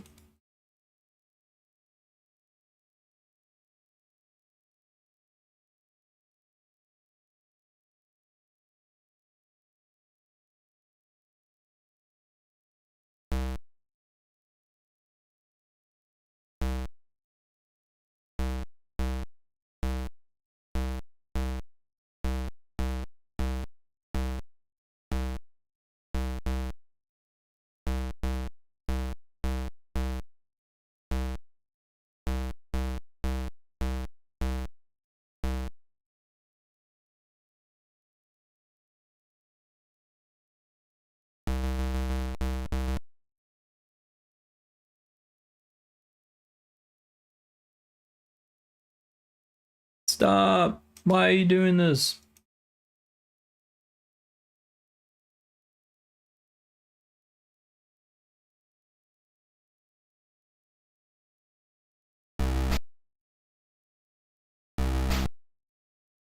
Why won't you stop?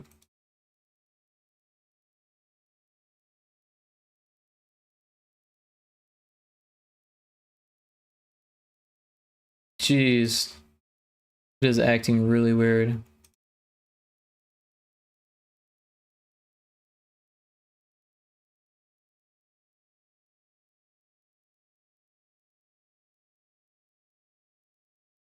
I'm back. Okay, cool. For some reason, this thing just broke on me. Like, the arrow won't stop moving. It won't actually save. I'm worried that we're going to lose a little bit of progress, but we didn't really do all that much. Anyways, so yeah. Oh, wait, did that work? No, it didn't.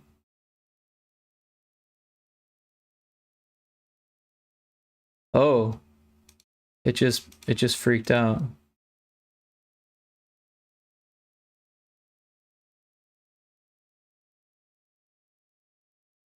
Maybe screenshot where the notes are. Like, at this point, I don't know what's gonna happen. Anyways, yeah, that's really weird that it just did that. Now it's like, it won't show me anything now. I'm gonna save it and oh no.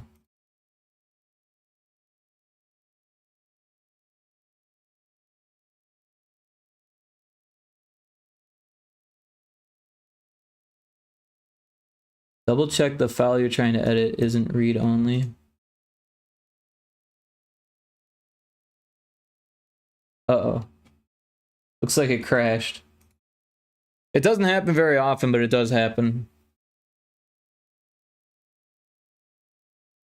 Can also look at your VAT. Yeah. That would be kind of a pain. Hopefully it doesn't come to that.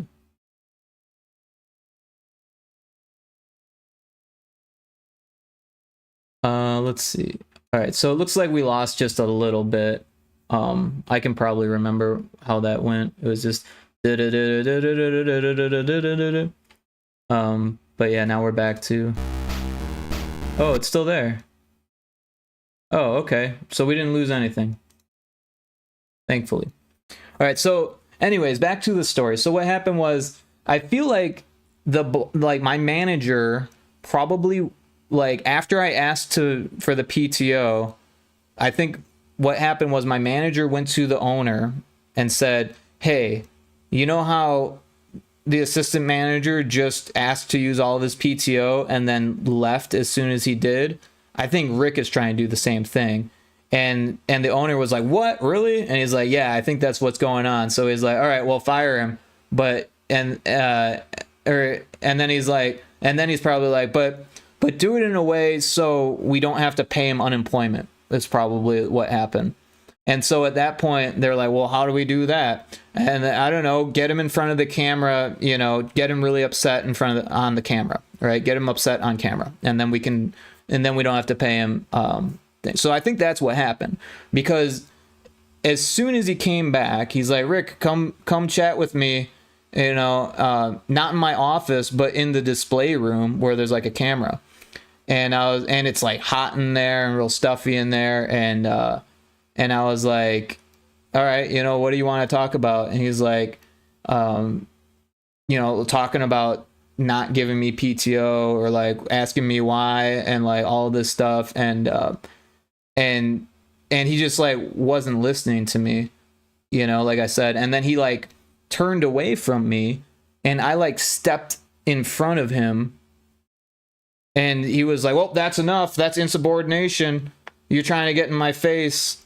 He thought he wanted to make it seem like I was starting a fight with him, right? Which is absurd, because he's like much bigger than me. And sure, I was a little upset, but it was because he was kind of being a douche, right? He wasn't listening to his employee. I was trying to do was take some time off. You know, I didn't have another job lined up. I wasn't going to quit, but he made it seem like that was what he thought I was going to do. Like he misread my intentions is what happened. And then he wanted to fire me in a way where I didn't have to pay, or where they wouldn't have to pay me unemployment, because this was right after COVID, when unemployment was like really, really high, and they had just let a whole bunch of people go that they were probably paying unemployment for. So they were already feeling the burn, right? And so they were probably trying to cut down on that. But when it came down to it, I disputed it and said that they fired me they fired me the same day that I asked to use all of my PTO. So like that right there is clear that was the reason. If I was insubordinate, why didn't they fire me before that, you know? So like, yeah, I ended up getting paid nearly as much as I was getting paid hourly from the PTO, or I mean from the unemployment, which is crazy, but like that's the way that it worked out, because I was making like $17 an hour. I was making about 16 an hour, except like pretending if I was working 8 hours a day, it was about 16 hours, or $16 an hour. So I was making nearly more, but I didn't have to drive to work. I didn't have to actually work. All I had to do was apply for jobs. And I was applying for all types of 3D jobs, and jobs that I probably wouldn't actually get, but I wanted. Like, I wasn't actually like hoping for work, because I was making a lot of money off unemployment, and I finally got time to work on my game. I wanted to use that PTO still, kind of thing, you know? So I did that, and then around that time is when that YouTuber reached out to me, and then I didn't have to go back to work. And now that YouTuber is kind of slowed down, so now I'm thinking like, should I go back to work, or should I just try to sell video games, or what should I do? Luckily, I still have savings, right? Because I was like saving this whole time. I'd always been kind of frugal, you know. I don't go out to eat, you know. I don't buy new clothes all the time. I actually should probably buy some new clothes, because all of my clothes are kind of falling apart. You know, I just like, I stay in. I hardly ever go out, you know, like I don't have a lot of expenses. I cut down on that a long time ago. Okay, that is good. At least that unemployment covered you well. Yeah, they did a great job. Well, it was like right after COVID, so everything was like all the unemployment was like crazy high. It was actually better off that I had unemployment, and it was for like 7 months or something like that. It was a long time that I got unemployment at that high rate. Um, and like I said, the only thing I had to do was apply to like 7 jobs a week or something like that, which was easy, like. And like I said, I applied for jobs that I actually wanted. Like I remember I applied for what is it, McFarlane Toys, which was like based in the area, and I guess I'm kind of glad I didn't get that job in the end, but it would have been cool to do like either package design or character design for like a company and like get paid to do that.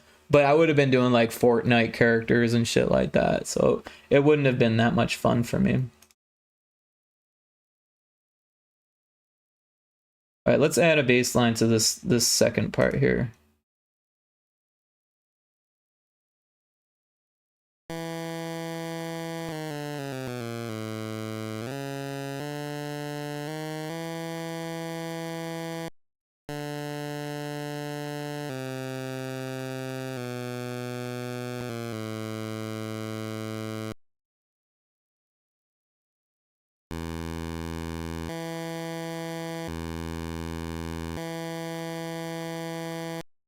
Let's hear what this sounds like.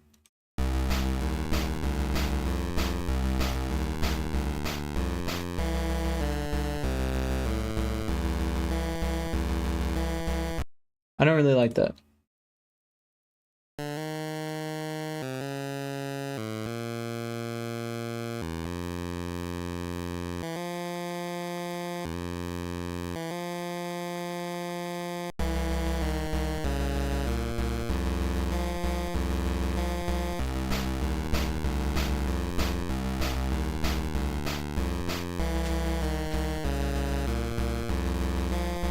Nah, still don't like it.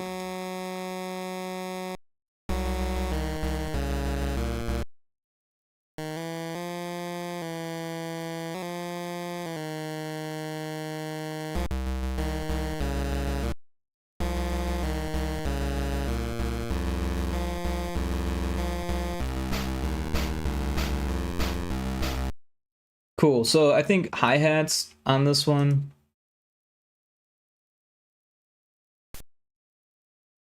And then maybe like kind of an array of hi-hats.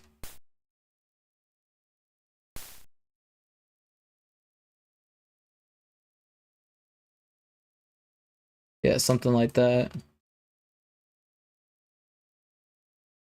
And then crash.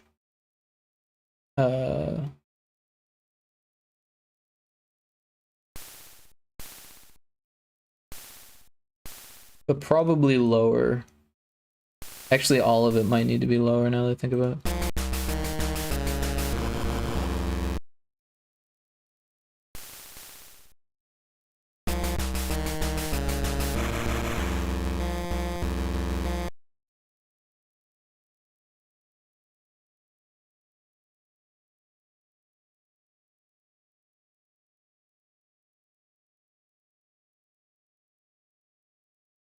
Let's change the volumes on those because they were a little bit obtrusive.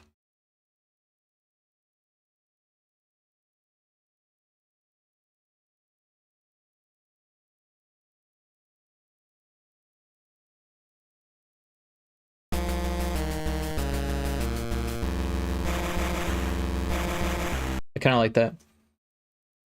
Currently, after graduation, it is challenging for me to find work in the industry, so I'm still exploring options, including pursuing an office job while improving on my drawing skills. Packaging design sounds cool. I will have to look into that. Also, let me know if you need moments to really focus, because I can yap a lot. No, I don't mind at all. I'm having a lot of fun yapping with you, to be honest. But yeah, it's interesting because when I graduated, I had a rough time finding work because it was 2009 is when I graduated. So the 2008 recession was still going on, right? We still hadn't bounced back from that. Most states in the US were like not really hiring, and in most jobs. And in fact, the video game industry in itself had really shuttered down.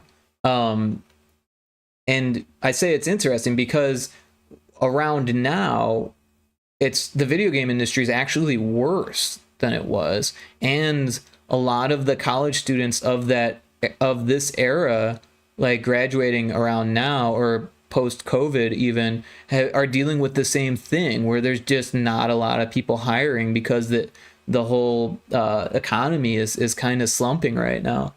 I don't know exactly how much worse it is, but in games I know it's a lot worse. So because what happened when I graduated was that, like, well, first of all, I was in Chicago, and like a couple years before I graduated, my career counselor was like, "Oh yeah, we can get you a job at Activision or EA or Midway. All of those have headquarters in Chicago. You know, they're not like the main, or maybe they weren't headquarters, they were offices, right? They had offices in Chicago. Actually, I think Midway did have their headquarters there. I think Acclaim also was in Chicago too. They had offices in Chicago, I think. Maybe I'm wrong. I don't remember. Anyways, there was like 3 or 4 major studios that just vanished during that period. I mean, not vanished completely, but vanished from Chicago, right? So like EA and Activision and what was the other one? I can't remember. They closed down their offices in Chicago and just like huckered down in their LA headquarters. So they either fired a bunch of people, or the people who didn't get fired were like clawing onto their jobs for their life, you know, like very happy that they didn't get fired, right? And they weren't really hiring a whole lot of new people.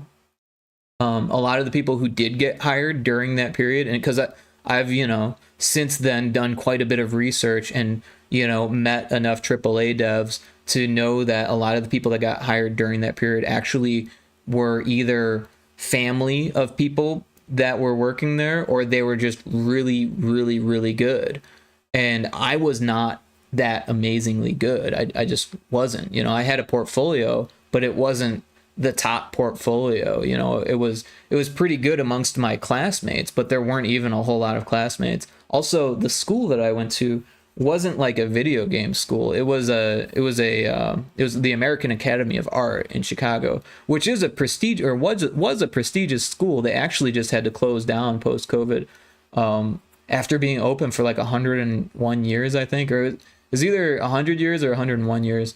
And yeah, I try to keep up how the game industry is doing where I can, because I have a few friends who are in a game class and we look out for each other. Right on. Yeah. I kind of wish that I went to school for game design, but also when I went to school, the game design boom hadn't happened yet. It happened around 2010 or so, and I graduated in 2009. So when I started in 2005, there was like 3 schools in the country that had like game design, maybe 4. I didn't know about any of them. You know, like a recruiter for the school that I went to my high school, and I was like, well, that school has 3D art classes. That's like how you get into video games, right? And it could be, but there was only one other student in my class that made it into the games industry. And they're no longer in the games industry. They're more into film and stuff now. They still do illustration, and they probably would still do concept art if they had an opening.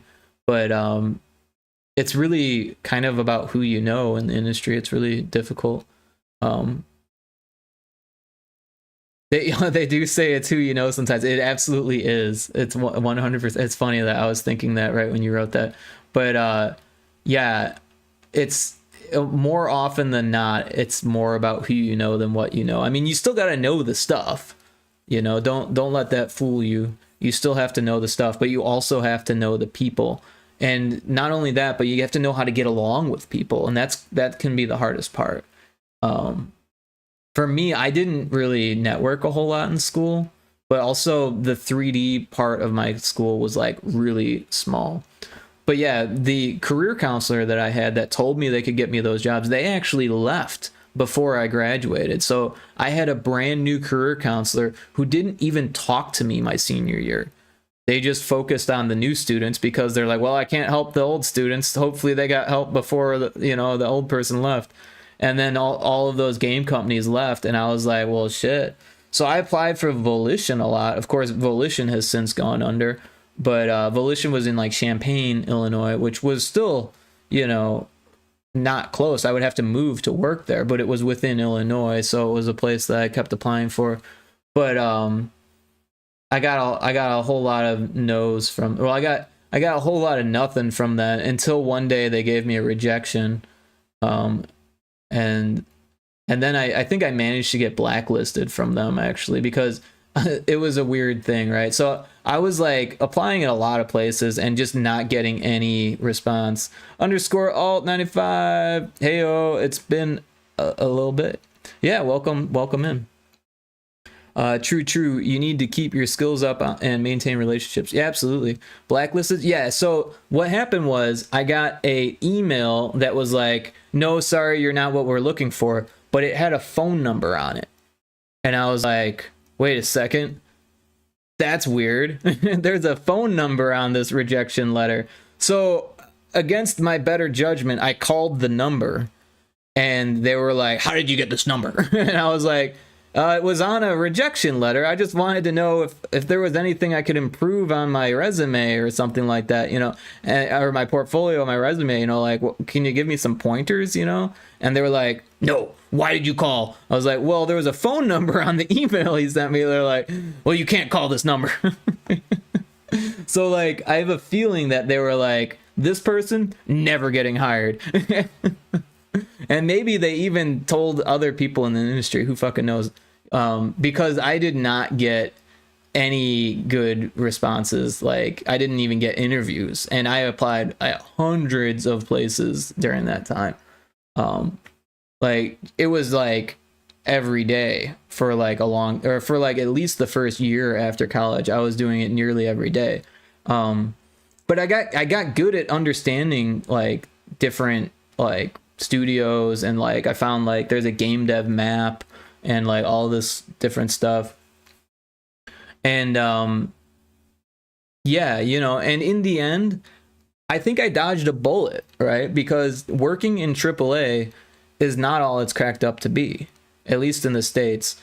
So what happens is, and I've heard this horror story over and over and over and over again. Basically what happens is they say, oh, we want you to work at our studio in like San Francisco. So like come move to San Francisco and work for us. And they're like, oh, it's like pretty good pay, and like, nothing crazy, maybe like 70,000 a year or something starting pay, which seems like a lot, except like when you're in college, they're like, you're going to make $80,000 to $90,000 a year starting. And like, and then so they undercut you, and you're like, well, I want to work at so and such studio because I love their games, or like they're so big, everyone knows them in San Francisco. So you move to San Francisco. I'm not saying this happened to me, but this happened to a lot of people. They move to San Francisco or Washington or whatever it is on the West Coast, where everything is really overpriced. They barely make rent just because of the funding that they get is like just enough to live off of. Like, so hopefully you got a roommate. And some of these people, they pack up their entire families, and purchase a house, like put a mortgage on a house, say like, oh, wifey, time to look for a job in San Francisco because that's where we're going because we're following my career. Look, come on, kids, let's take you to a new school. And then almost as soon as they get there, well, sometimes it's a year, sometimes it's a couple of years, sometimes it's less. They get canceled, they get fired, right? So the game either gets canceled or the game comes out and then they don't need you anymore. If you're just an artist, they just go through you, and hopefully you make some friends within the industry and say like, hey, AAA friends, help me get a job. I just got fired. And that was like what kept people alive for the longest time. But things are so bad now that people are just leaving the industry when they get fired, because there's so few jobs and it's so much harder to have a network because all the networks have kind of fallen apart. It's really kind of messed up what's going on with the industry.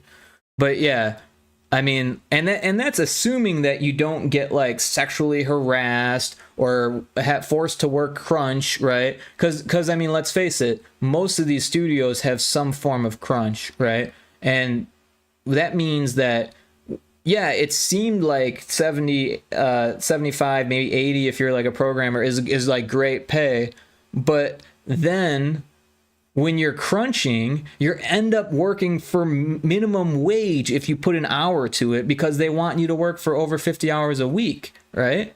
So when it comes down to it, if you throw it to hourly, like, yeah, I mean, you get benefits and stuff like that, but like all of a sudden at an hourly rate, they're paying you peanuts and you're living in the most expensive part of the country, right? And you're working your ass off. I mean, some of these places, they want you to like sleep there even. They'll have like a little dorm section so you don't have to go home if you don't need to. You can shower there, you know, like who knows, right? I mean, it's worse in like Malaysia and you know, some of the places in Asia and stuff like that, but it's not great on the West Coast either. So I don't know. Like, I don't have any firsthand experience in AAA, but I've listened to a lot of podcasts where people speak out about their experiences in AAA, and you know, a lot of it is hearsay, right? But at the same time, it's like people's eyewitness accounts and stuff.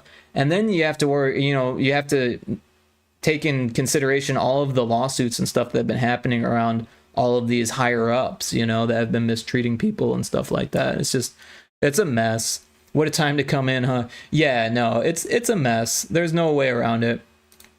But the AAA side the indie side, on the other hand, is like a lot more relaxed. I mean, assuming that you can get by, like assuming that you're making enough to live off of, you end up having better work experiences.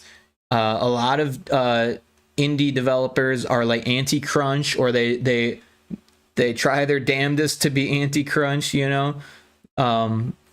And yeah, I mean there's a lot of variety in the indie scene also, but you know, it's it can be hit or miss from time to time. But I think I dodged a bullet not getting a AAA job.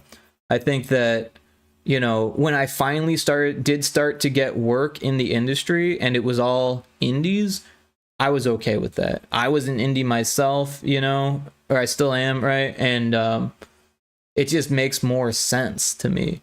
But yeah, I've also been pretty lucky to find the work that I did, because sometimes there's like dry spells and there's not much you can do about that except find other work or rely on your savings, or, you know, have some outside support, or a combination is usually what ends up happening. Anti-crunch sounds like a pipe dream, or are those just no deadlines for things? Well, there's always a deadline when you've got money involved. That's the kicker, right? Like, so when I say anti-crunch, it's usually an attempt at anti-crunch, right? And also there's like a variety of crunch, right? There is like, you know, some people don't mind working 50 hours. In fact, if you go to Wyoming, you have to work 50 hours before you can make overtime. And that they actually had to fight for that right, because the minimum wage is so low that they needed more hours in order to like you know, make money. But the employers couldn't afford to pay them overtime, so they weren't giving them the hours they needed. So that's why they do 50 in Wyoming, and that's like the law there. I know because I worked in Wyoming for minimum wage, and I did 51 hours a week, and they got mad about it because I had overtime. It's like, well, don't give me so much work then. But anyways, what I'm trying to say is that, like, to some people, working 50 hours is fine.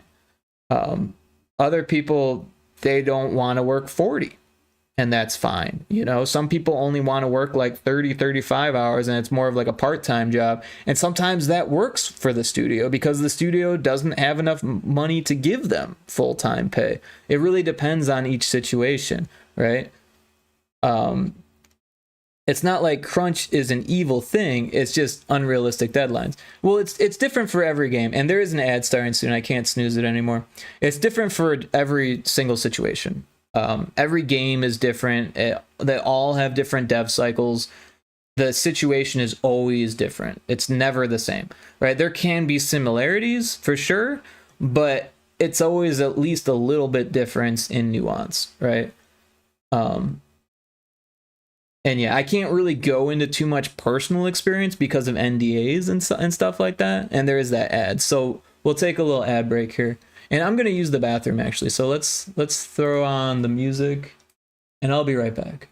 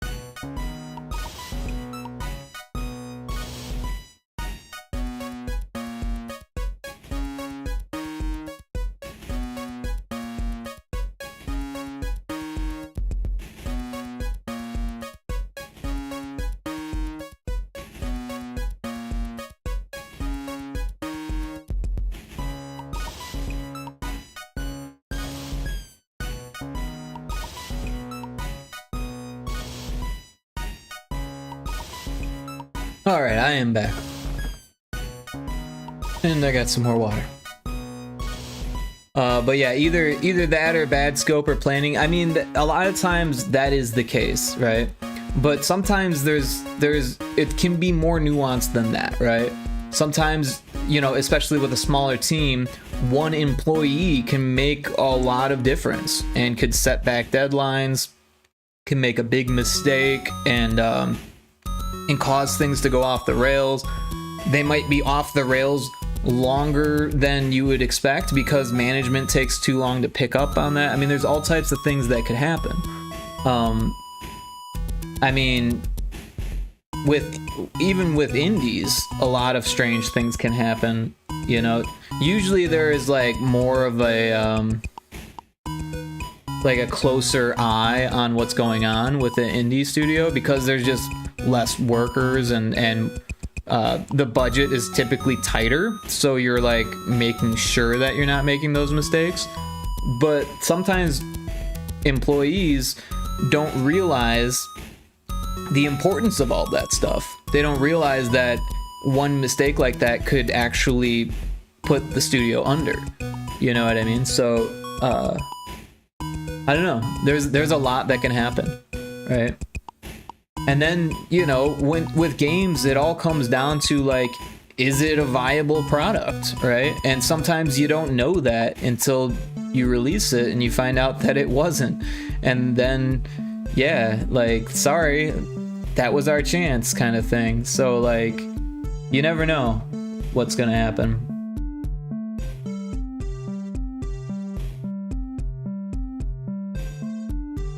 Let's hear what this sounds like. I already forgot. Oh, I got the music on. Also, I probably need to turn it up a little bit again.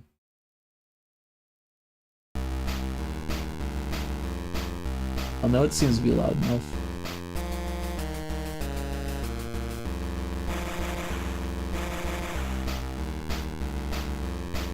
All right, let's do 2 of those. And hear what this sounds like.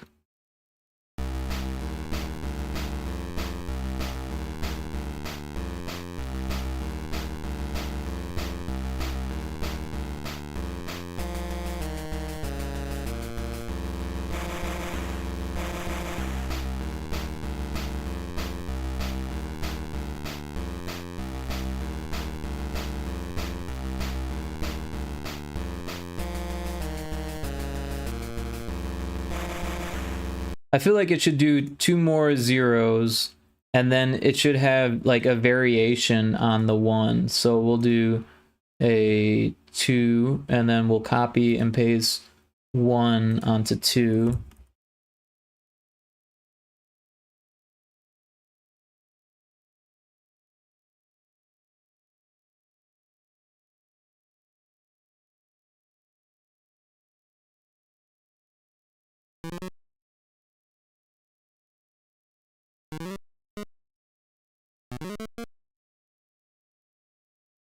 Something like this. Whoa. Go back.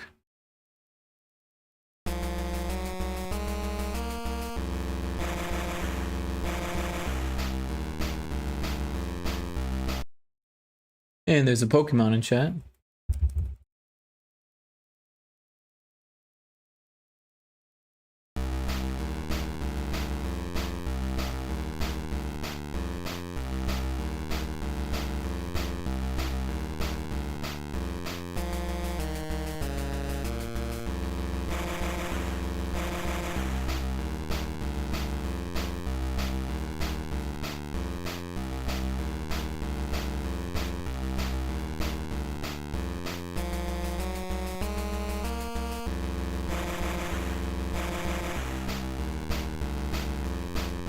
I feel like there should be 2 snares here. Maybe like that. Whoop. There. And then maybe another one there. Wait, is that right?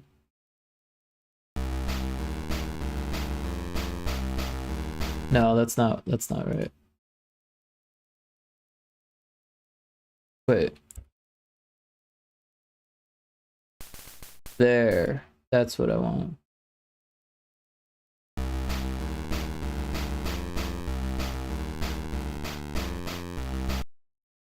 But probably only 2 there.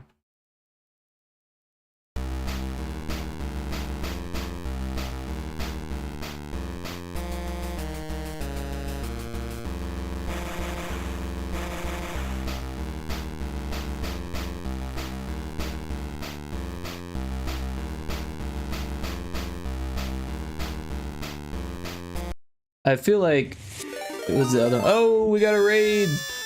Hey, Scabity6, how you doing? Welcome in. Thank you for the raid.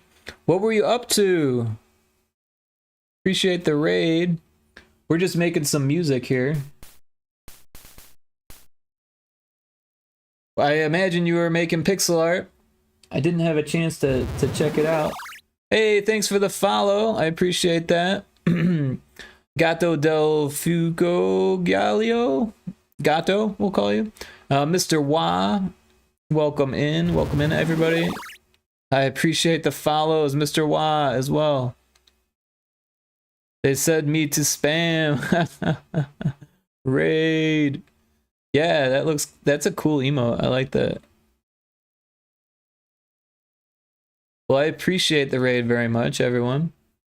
Do you have anything that you want to share, Scab? Yep, Pixels as always. Also, am I saying that properly? Scab? Is that how we say it? Or is it Scabe? Scab? But yeah, if you have a link of anything you want to share, I'd be happy to check it out. Here's what we're working on.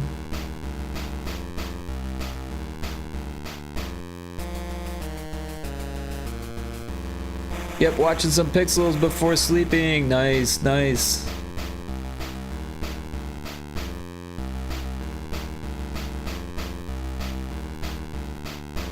I'm watching some Pixels after sleeping. There you go.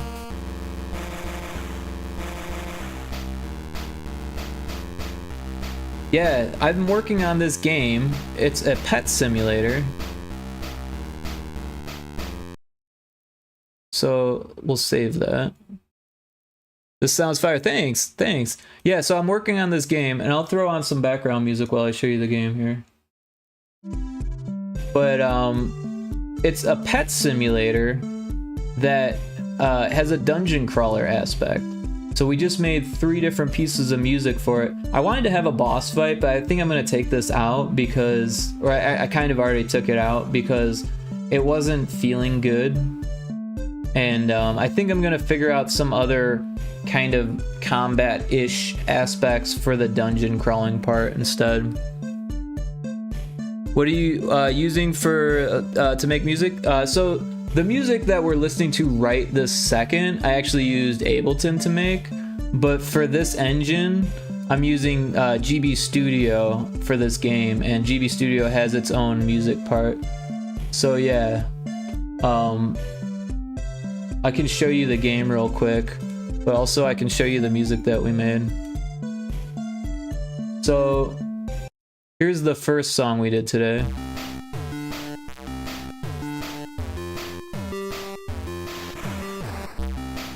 And you can, there's a tracker view too.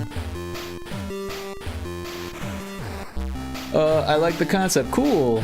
Yeah, it's like a Tamagotchi with like a dungeon crawler, because like when you have like a Tamagotchi, right, you can just like put it on your keychain and like forget about it and then like go back to be like, oh, I gotta clean up the poop. But when it's on Game Boy, you're kind of like stuck looking at it. So I wanted to like make something to do while your pet was just like chilling, you know? Really good low-res vibes. Yeah, since it's for Game Boy, there's no way around that. It's always going to sound low-res. But this is a LowRezJam, which has 64 pixels for the resolution. So it's even more low-res. Great idea and great tunes. Cool, cool. But yeah, if you have a link of any art that you want to share, I'd be happy to see it. Wow, yeah. So that's the first song we did today, and then here's the second one. Oh, and here's the game. So as you can see, it starts in the dungeon, and like you go through these holes, right? And they like lead you to the other side. And then there's a chest. Found pet. Select button to explore for more coins and pets. So here, I've actually made it so you can see all the pets at first, but in the actual game, you're gonna collect them all separately. You'll start with the cat. You can make them work.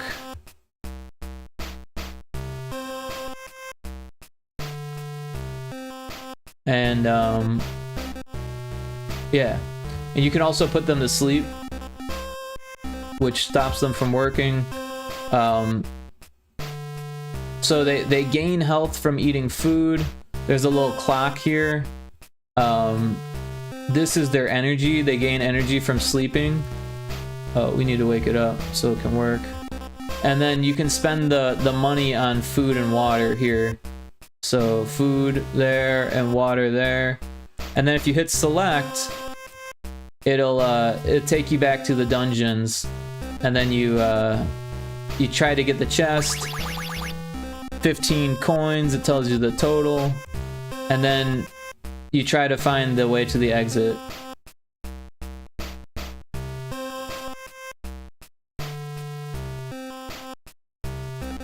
And then you can manage your pets some more. And as you can see, now we've got 33 coins, so we can feed the cat, give it some water and food. We can feed the doggo.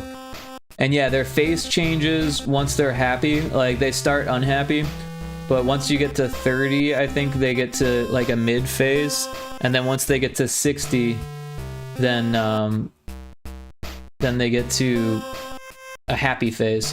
And then there's also the third song, which is what you heard when you raided. It won't let me change. Oh, weird. There it is. Being slow. So this is the song for the dungeons.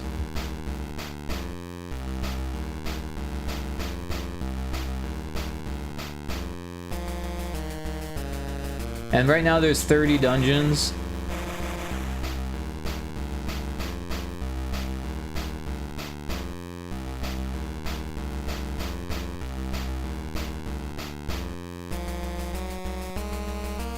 Oh, 15 coins. My little cat's gonna enjoy a good meal tonight. Oh, nice. Definitely adds a layer to the Tamagotchi. Oh, there's your socials. Yeah, cool. Let me get that.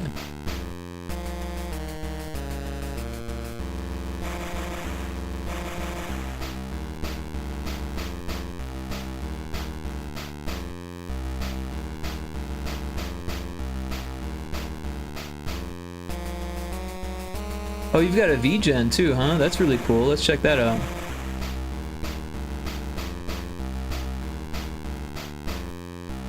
Very cool.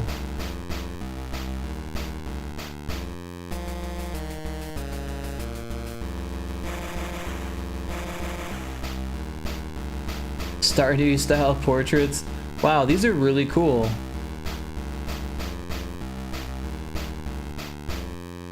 And I think I'm already following you on itch, am I? Yeah, I'm already following you. Oh yeah, the ship parts.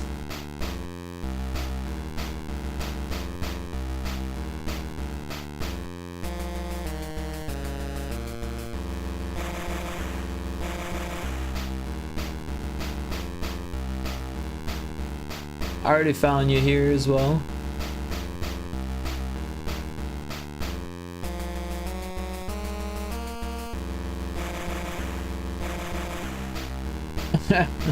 The cat. Oh, look at all these sprites. Ooh, that's a cool gun. I like that.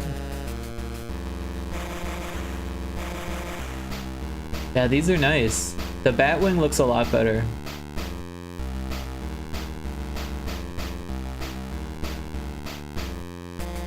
Jigglypuff.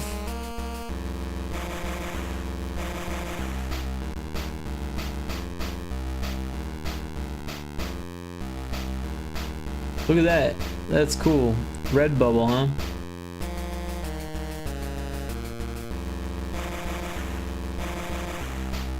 Well, very cool. Yeah, that's so cool you have a VGen. I really want one of those. Oh, you got Game Jolt also?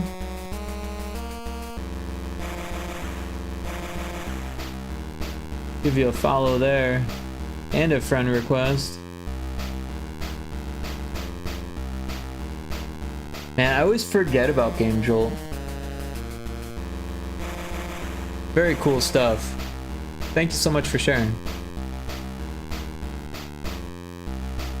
Gato asks if it's a roguelike. So it's not exactly a roguelike, but it definitely has like some type of roguelike vibe where the levels are random, right?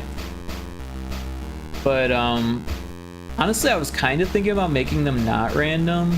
I don't know. They definitely progress, but there's no meta progression. There's no way to beat the game. There's no like, I don't know, there's a lot of like roguelike aspects that are missing. There's no like power-ups that are randomized or anything like that. It's just the chest is random and the dungeon that you get is random. Other than that, everything is pretty much just kind of chill. Oh, now we have more money than we were supposed to have. Interesting. I never had that issue before. So it says we've got 94, but we've actually got more than that.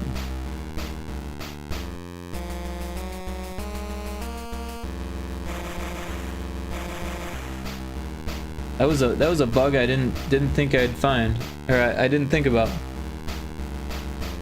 It's cool because normally pet games are kind of slow paced, but this one particularly seems quick and intuitive. Yeah, I mean, like I said, I've got it right now, so it gives you all 3 pets at first, but you have to go through 10 dungeons to get a new pet, and then another 10 dungeons. So like after 30 dungeons, you get all of your pets, and then right now there's only 30 different dungeons, but they do occur randomly, and then like the harder dungeons happen later in the game.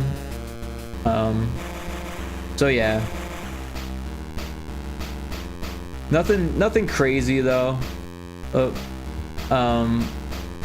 kind of know all the solutions.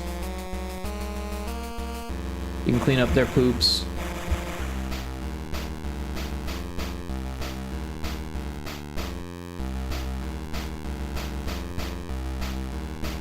If you don't clean up their poops, it starts to affect their health.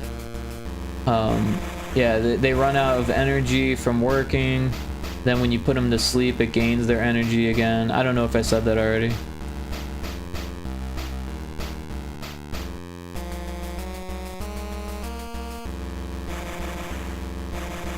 I also do some YouTube. I don't know pixels, but kind of simple animations. Cool, cool. Yeah, not the first time. Thank you. My boy Scabs doing God's work. Love it. Nice, nice. Enough. Back to your game development. Yeah, but I kind of abandoned Game Jolt for a while. I think everyone kind of does that, right? I put Retro Spaceball up on there, and then I just forgot to put anything else on there. I also have a Newgrounds, and there's like this old web version of Retro Spaceball on there, but I don't make web builds of it anymore, so yeah. Wait if I write. Cat? Yeah, I saw the emoji flag. Oh, I see what you're saying. I see what you're saying. Those bugs show up just out of nowhere. Sorry, I got distracted from a cat. No worries, no worries. But yeah, so there's no sound effects in it, so that's another thing. And now that we have music, we can put the music in the game.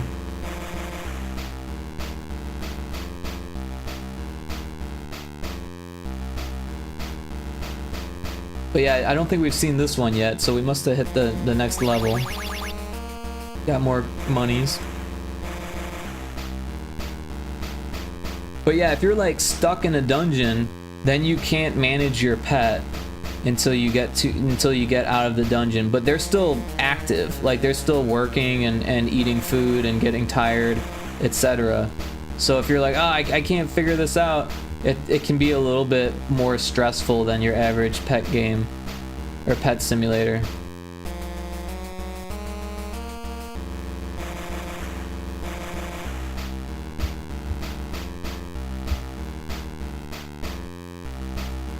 I saw someone that recreates some games for the Game Boy. Yeah, there's some really awesome like D-makers out of there. Like one of them, I can't remember their Twitter name, but they demade Blasphemous recently, and it looks really cool.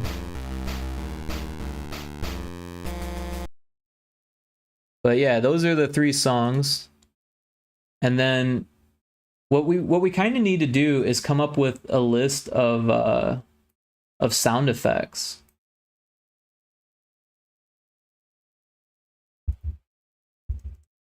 This is the to-do list, which is mostly all done, or all done. So let's make a SFX list. And so, start dungeon, end dungeon. Let's throw on some background music while I think about this stuff.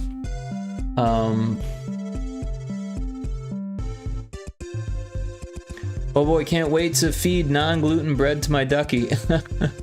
Yeah, I'm gluten-free also. Also, gluten-free bread sucks. It's so bad. I mean, don't get me wrong, I'm happy it exists. It makes life easier knowing that it's available, but man, I wish that I could eat regular bread again. That used GB Studio too, but he had too many problems. Oh yeah. Oh no, I agree. Yeah. Although I gotta say, gluten-free pizza, I think they're doing good things with that. I'm pretty happy with the variety. Not all of them are great, but some of them are getting pretty good. Like there's like a mix of like chickpea, tapioca, potato, and like I don't even know what else, and like that works. I'm okay with that, but it's not quite bread, right? It's a pizza crust, so you try to do that same thing with bread. I used to make bread, right? I used to make my own pizza dough, and then when I found out I was gluten-free, I haven't really stepped into baking again. I've been meaning to. I just need to like spend some money on ingredients, because it's like stocking a bar. RSB, did that work? Oh yeah, there's the link for Retro Spaceball. So you can play Retro Spaceball on itch, or you can wishlist it on Steam.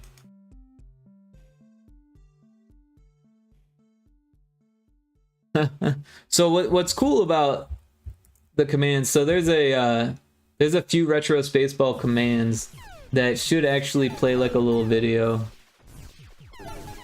so you can see what the gameplay is like. I actually made this video in Unity of me playing the game, and there's a few different ones. Baking is so relaxing, mate. Yeah, I'm just like, I got really into like using yeast and like regular flour and like making pizza dough. I was doing it for a long time, and like even learn how to make pasta and stuff, and now I'm like starting from scratch. The only time that I did gluten-free baking, it was during the like right around the time of the pandemic and the riots in the US. All of the grocery stores were just like void of like most things, right? We ran out of toilet paper, right?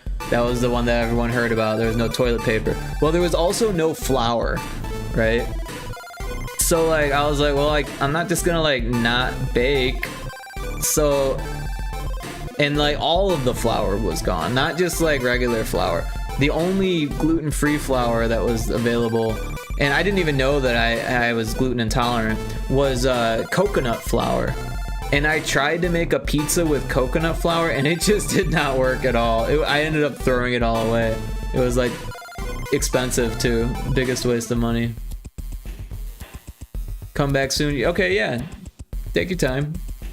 But yeah, I appreciate everyone. And also, Scab and friends, if you need to do stuff, if you've got to like leave and eat, drink, sleep, whatever, that's totally cool. I appreciate any lurks. I also appreciate just being here. So if you want to hang out, you're totally welcome. But if you got to go, I get that. Oh, the doggo's tired. Let's put him to sleep. Everyone's tired. And poopy.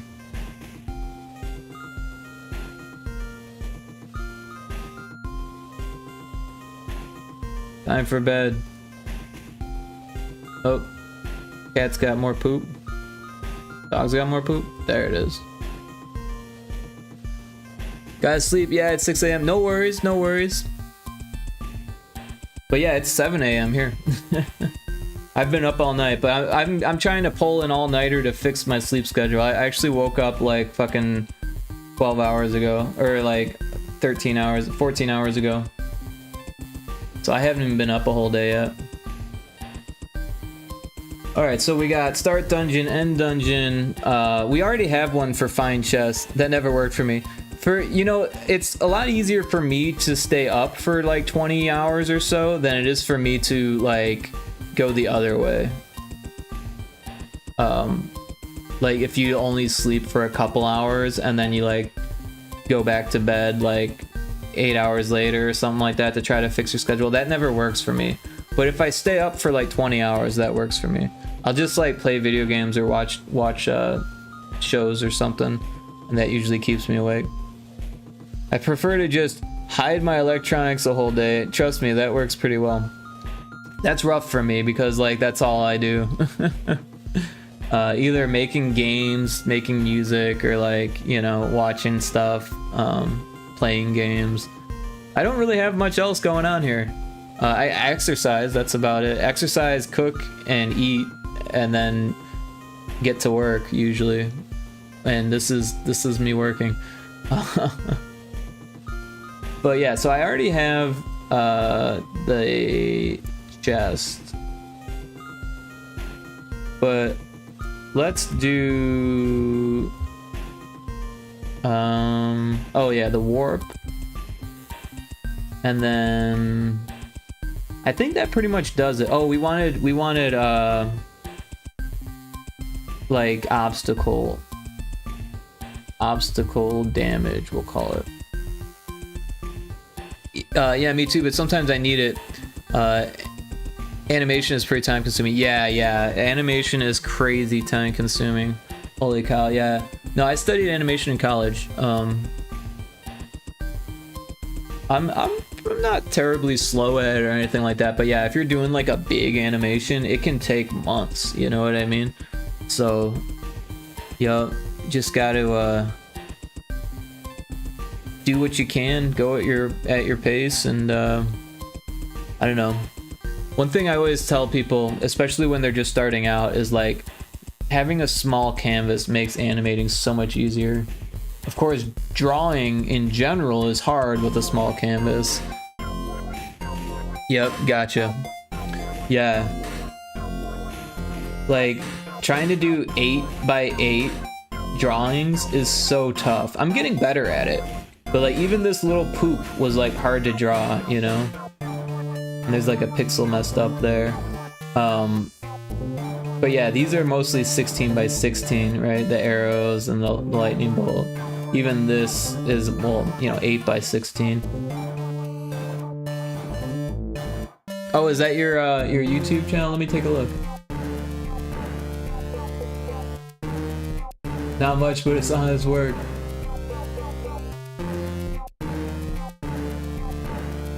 Oh, cool. Wow, you've got quite a few subscribers too. Give you one more.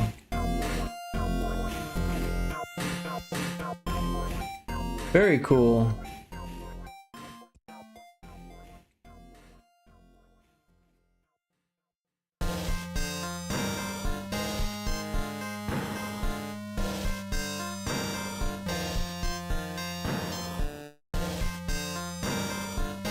The Loot Goblin.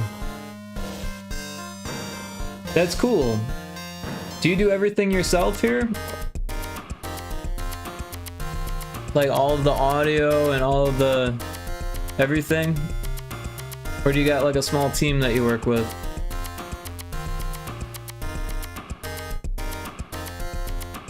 A lot of my contract work is actually for a YouTuber.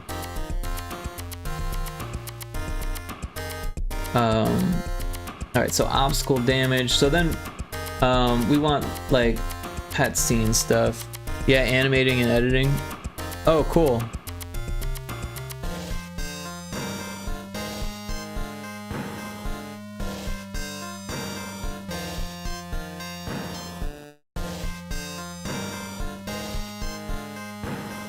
So if we pull up this, it'll help me remember what we need to do. So clean the poops. The UI blips. The art icon sound.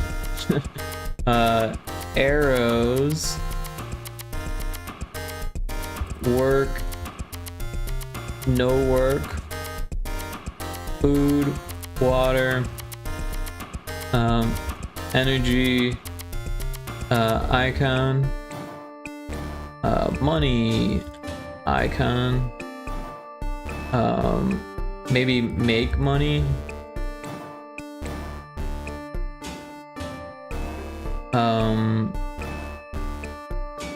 Time tick sound, and then sleep sound. Maybe tired sound, and then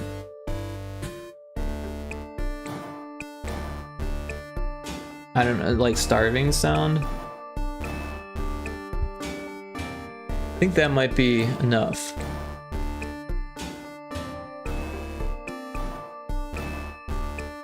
Just have some beef with audio, but I pull it off somehow. Right on, right on. Whatever works, right?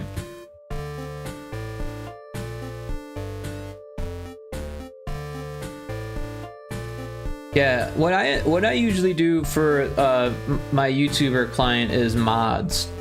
They'll ask me to do custom mods for games and stuff, and then I'll make, you know, whatever they ask me to.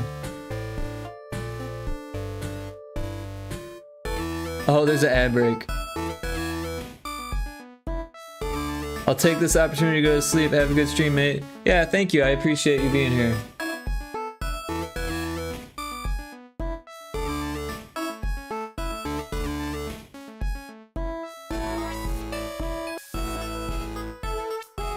I wrote thanks. I meant thank.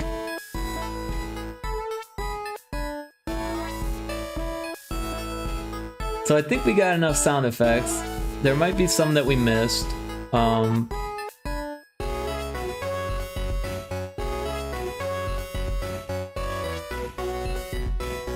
Maybe fall asleep sound. And then wake back up sound. Well, I guess the sleep sound, those, like, we'll do both of those, right? Tired sound, fall asleep, wake back up. Yeah. So we've got a whole bunch to choose from. We only have the one sound effect. UI at start. So that would be like a ding, something like that, you know? We can use the blips for if we have like an options menu or whatever. But yeah, I think this is a pretty good list for sound effects. Let's start making them.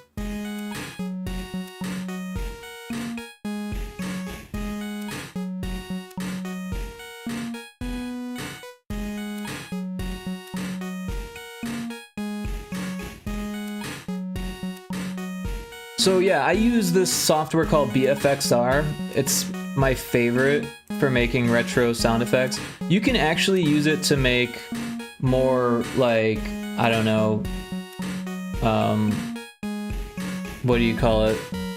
Professional or new age, modern sound effects, right? So like, if you use other software with this software, you can use these sounds as a starting off point. But I use this for a lot of things. You can see there's like a whole bunch of Pyrotoad sound effects in here. It's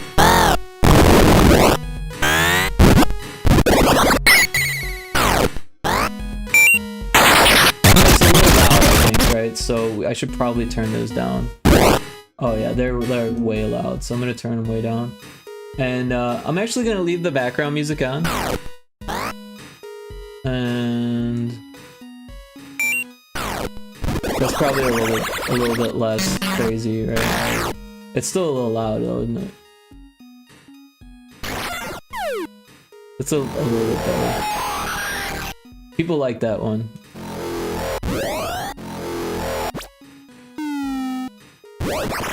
Anyway, so we're gonna make some new ones. So I'm gonna hit this create new button, and then we've got this list. So UI, we'll start with a blip, and these are really nice because it gives you a starting point. They're not always great, right? That one sounds kind of nasty, but that one sounds a little bit better. But what you can do is like mess with it, right?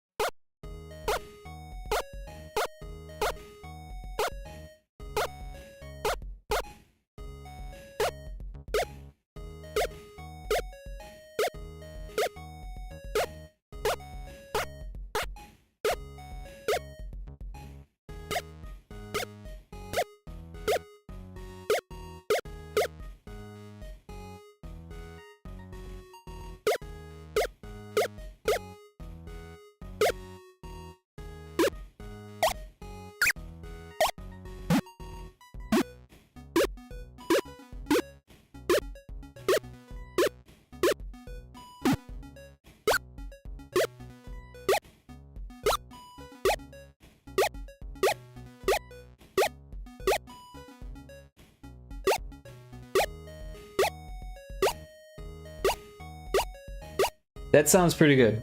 I like that. So let's rename this to we still don't have a name for the game yet. Pet Sim Bleep Select. And then we can export it. And then, so this is pet pickup. So this is the right folder, but we'll do blip select and we'll just save it there. And then, all right, so we've got that. And then we might be able to use that one for this one also.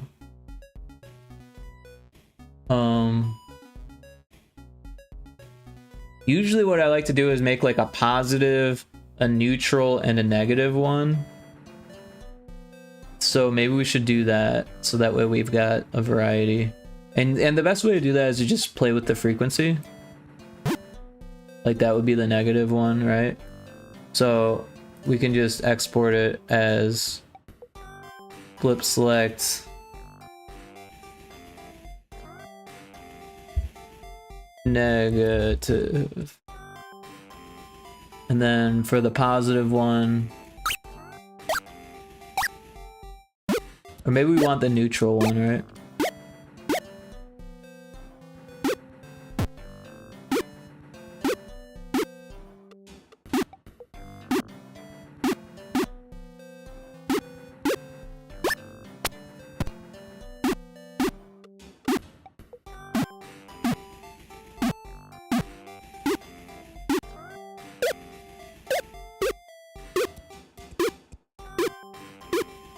That sounds more neutral.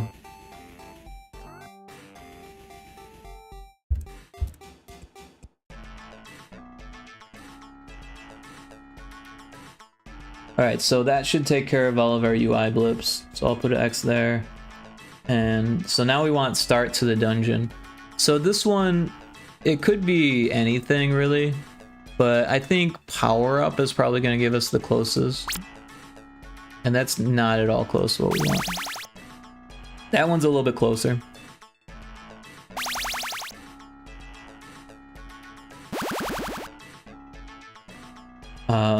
Yeah, we want the start of the dungeon, so we're gonna turn up the compression, turn up the punchiness. And yeah, for Game Boy sound effects, you basically need to make them super loud, at least in GB Studio. Otherwise, they're not going to be louder than the music. Unless you've turned the music way down, especially if you're recording your own voice and trying to put it in as a 8-bit sample. For some reason, you need to like compress the hell out of it. And this is something that I've just kind of picked up from doing it. But what we're going to do is we're going to use this to make them and then bring them into Audacity and compress them as needed and export them as 8-bit there. So we can do the decay a little bit longer.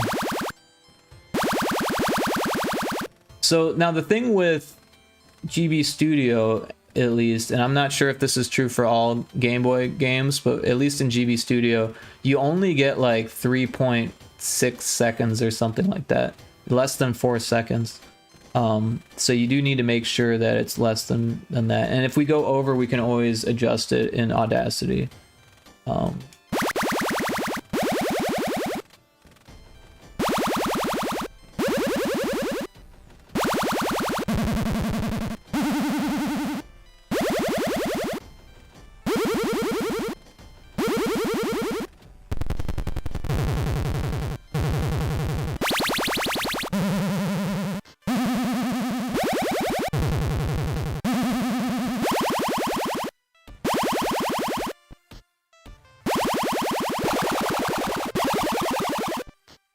I like that.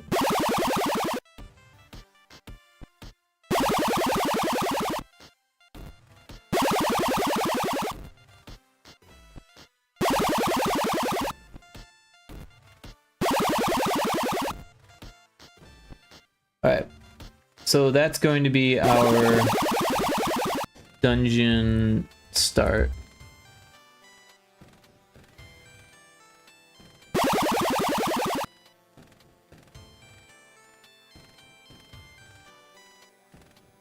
And then we can do the opposite for the ending. Well, that sounds kind of cool like that.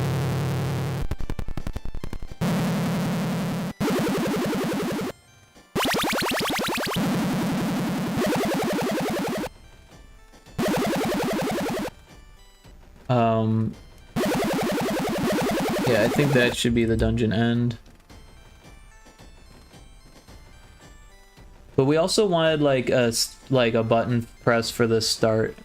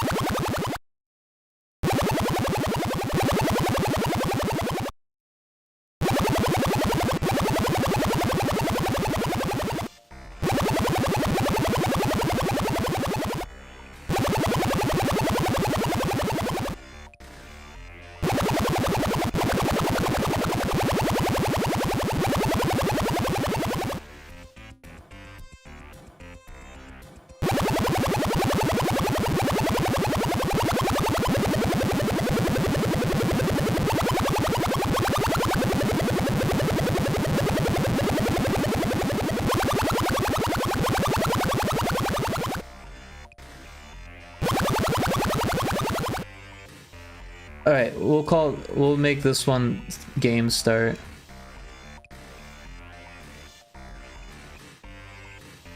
May or may not keep it. So we've got the start dungeon, the end dungeon, the warp. So this is actually not a bad starting point for the warp either.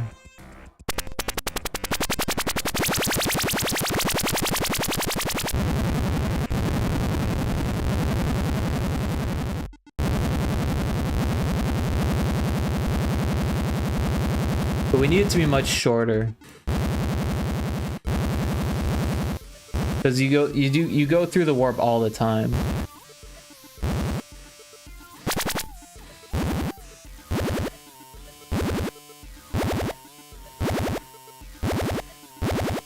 I think that sounds good. So we'll call this warp. Alright, we got the warp. So now let's make a new one for obstacles, and we'll do the hit hurt. And again, they don't always sound good the first time.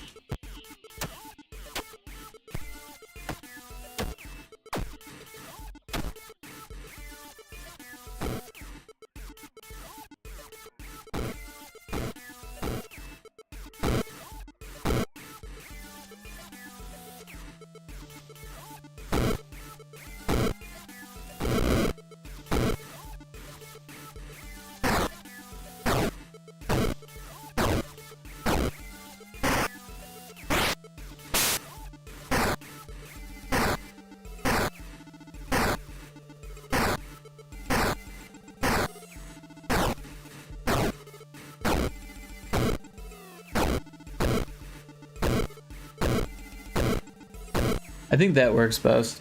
So we'll do that. And we'll call it obstacle damage.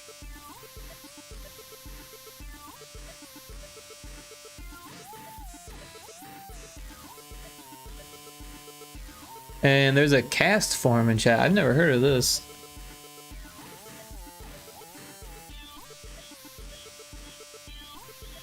Never heard of a cast form.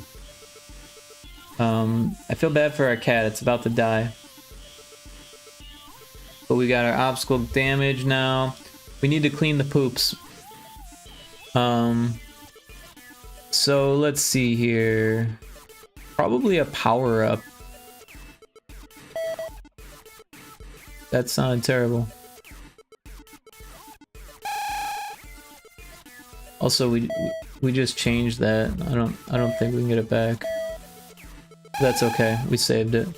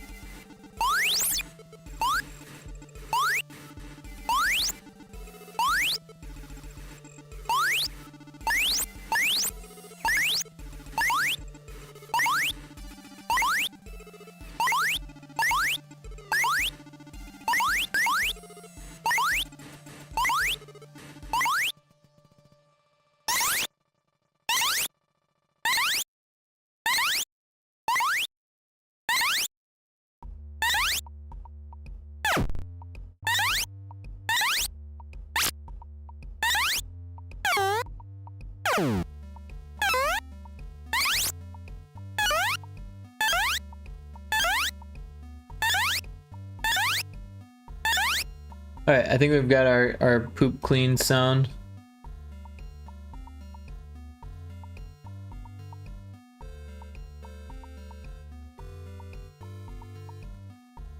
Oh, you know what we don't have is a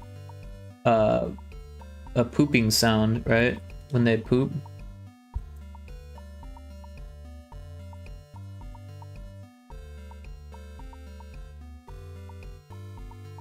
Probably do something with the hit hurt.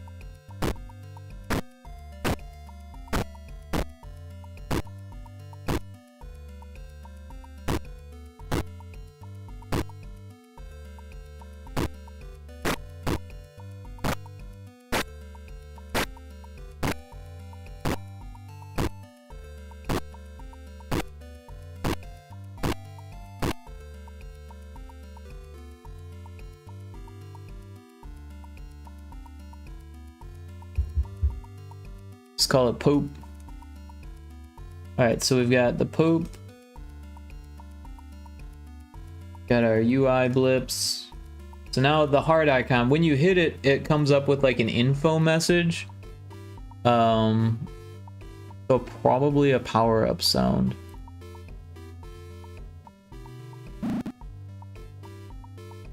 That's not a bad starting point.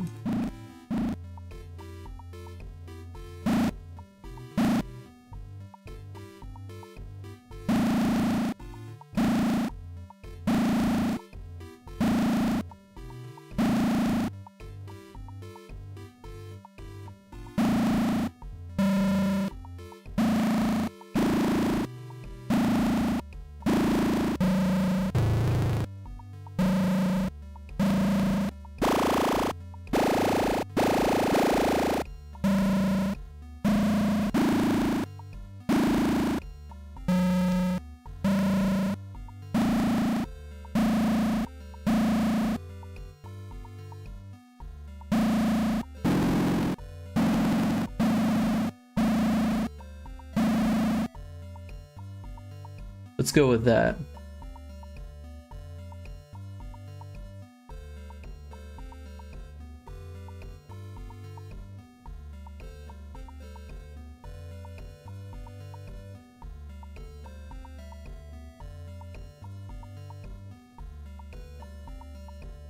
And then arrows.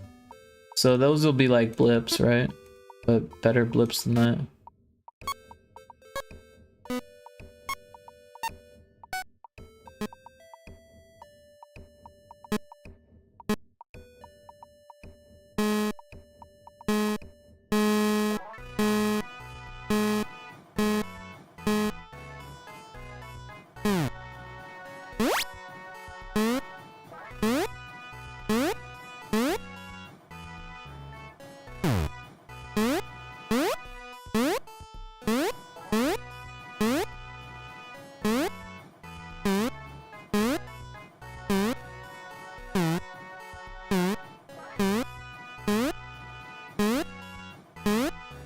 I think we have it here.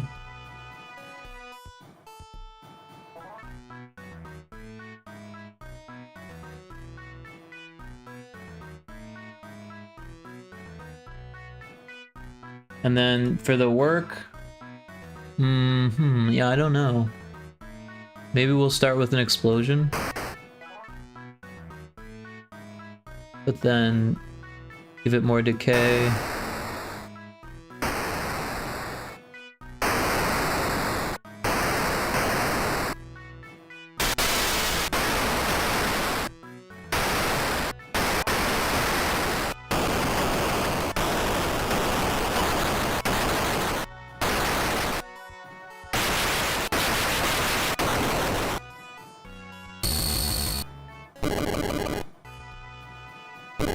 That actually sounds kind of cool.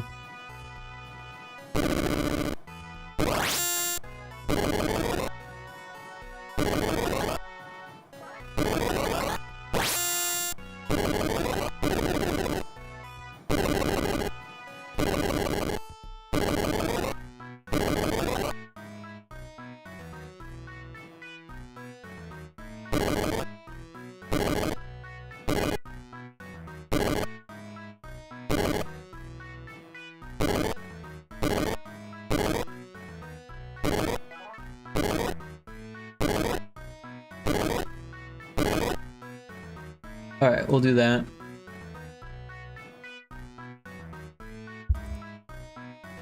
And then for no work, we'll just kind of do the opposite.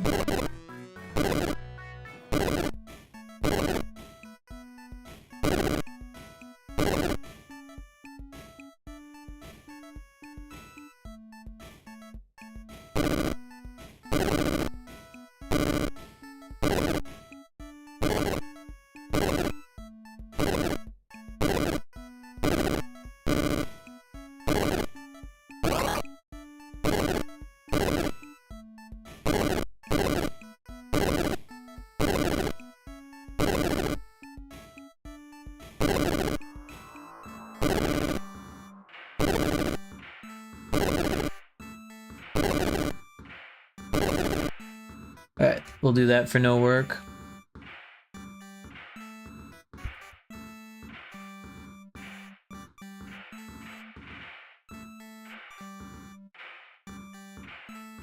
Then we need food. So food, I think, should probably sound like a power-up. That actually is a pretty good starting point.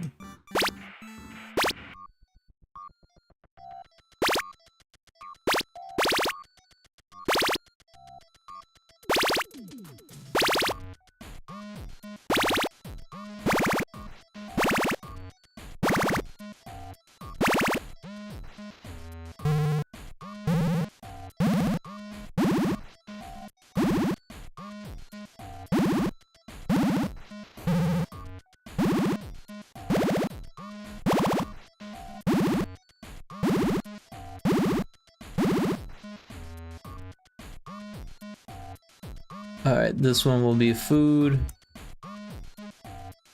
And then water.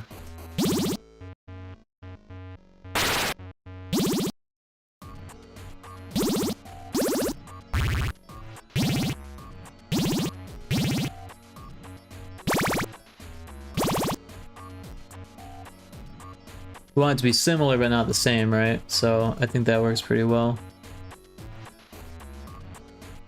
Water.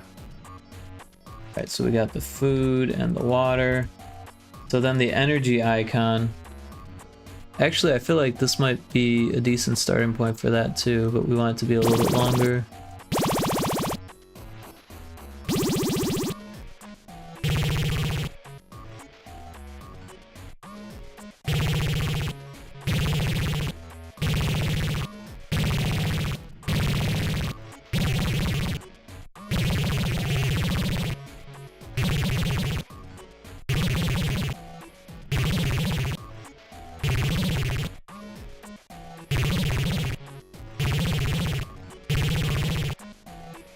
Alright, that sounds good for energy.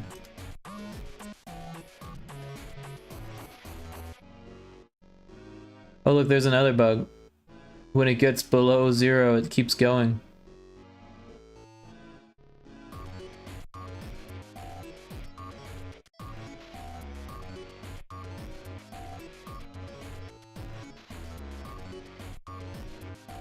Energy selected.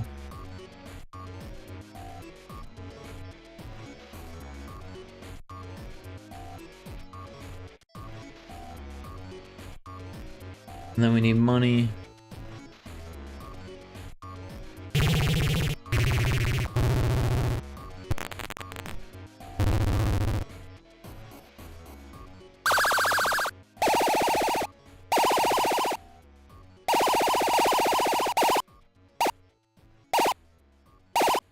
Maybe we should just use a coin. That's pretty close. Although that would be more like when you get coins, right?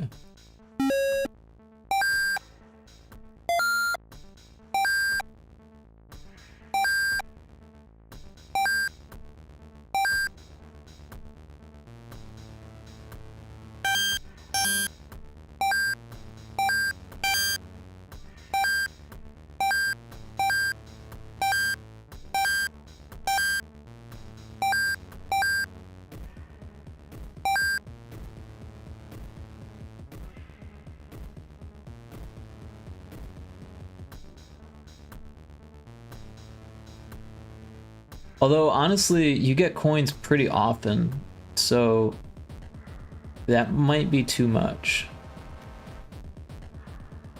Maybe we should just do that for, like, coins. Coins selected. And then do something even shorter and more blippier for money.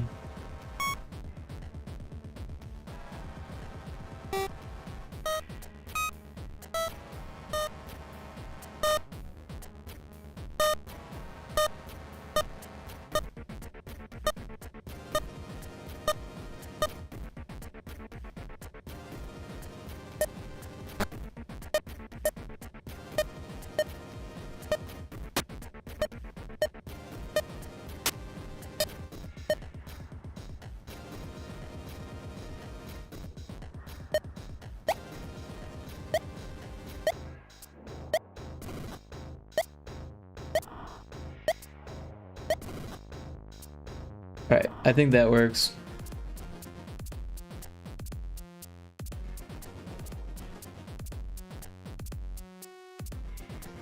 We'll do coin first. Coin get. That way it'll be next to the other coin. Alright, so we got the money, make money, time tick. I'm not sure if we really need a time tick.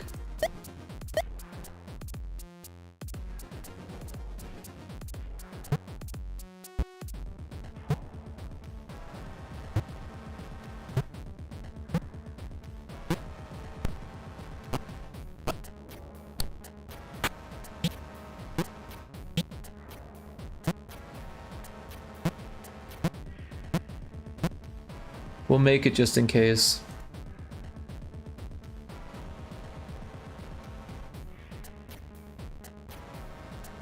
But we could do like a new day, right?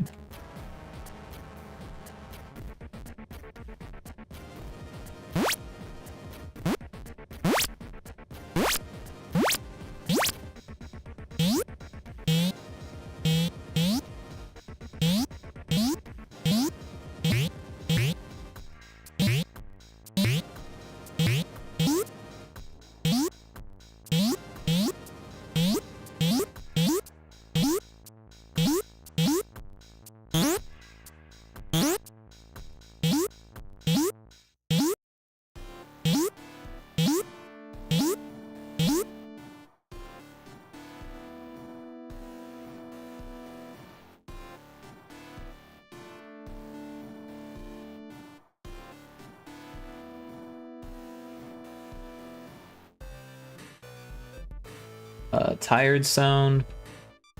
That should probably be more like a hit hurt type thing, huh?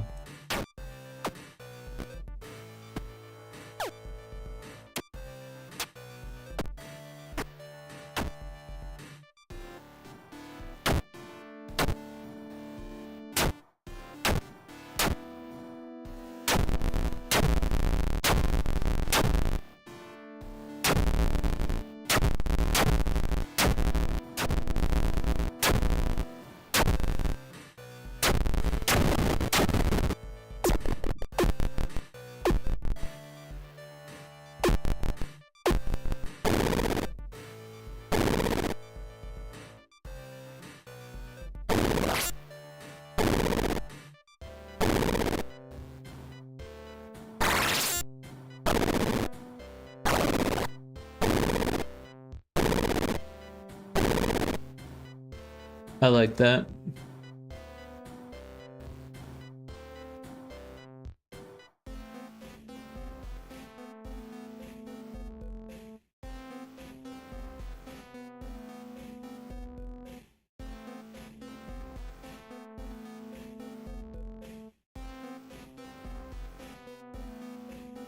Although, it might be cool to do different ones for different pets.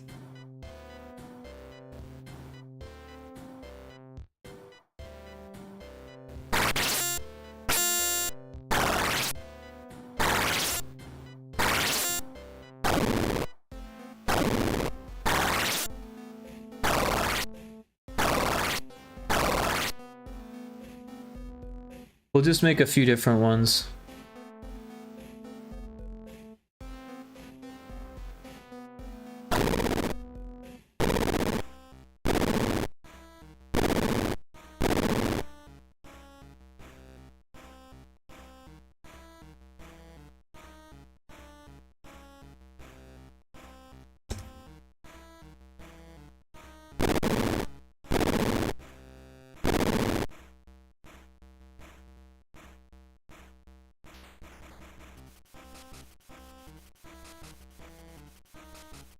And then starving, kind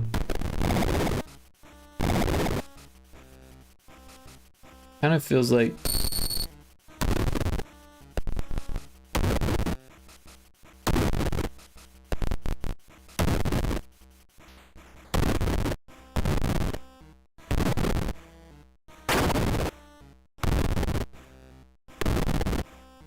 a rumbly tumbly.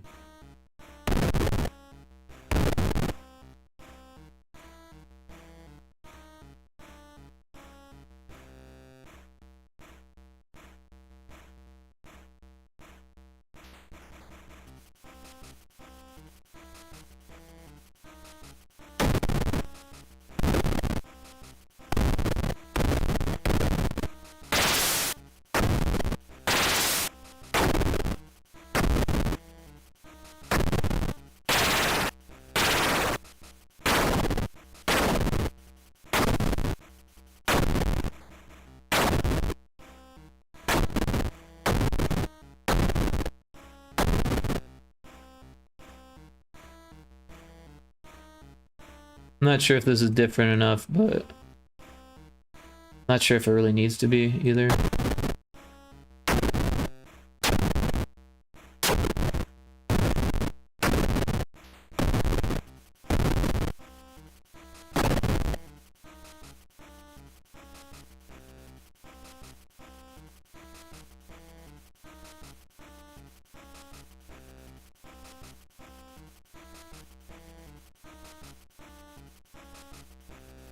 And then putting it to sleep shouldn't be so aggressive.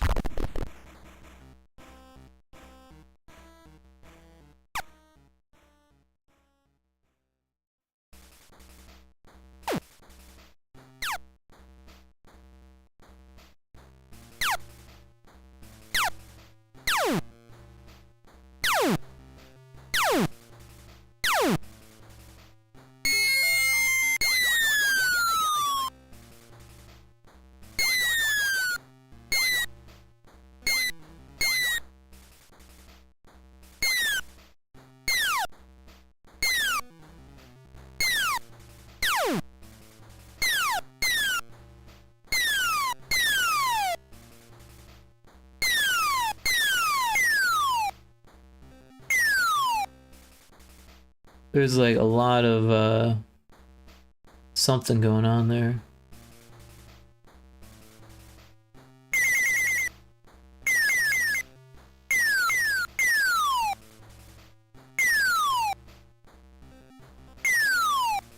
There's like a jello in the background. I don't know how to fix that.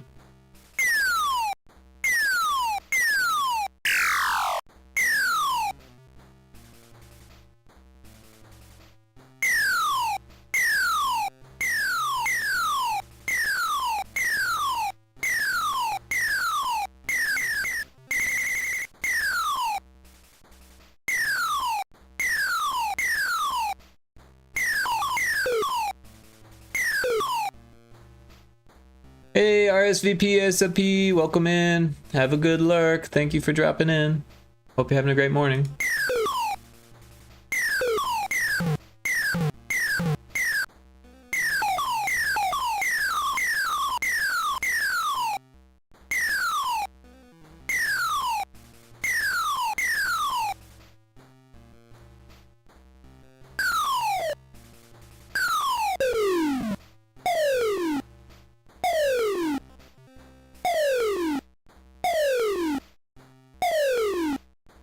I think that'll work.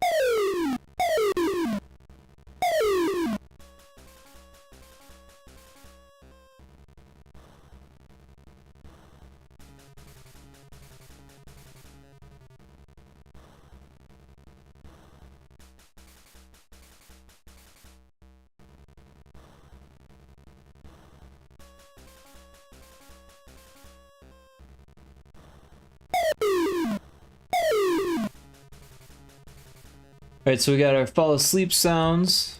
And we could probably make these into awake sounds if we just change the order.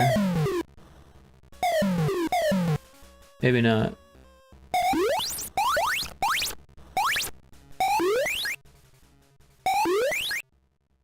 Yeah, that sounds about right.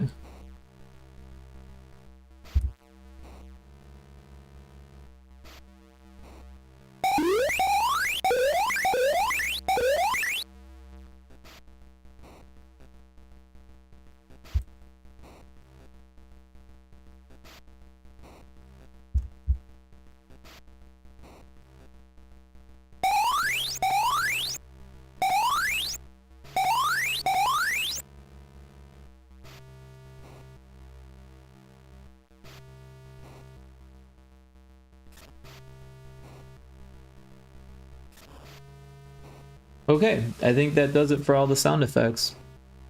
Cool. So now we've got all of our sound effects. We'll open the folder.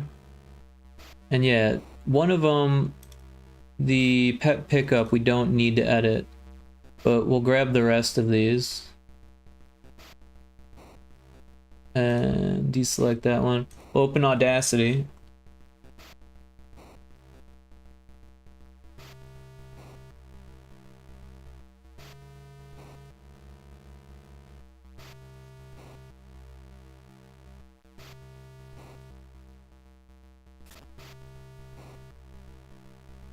Also, let's make a note of that bug so I don't forget.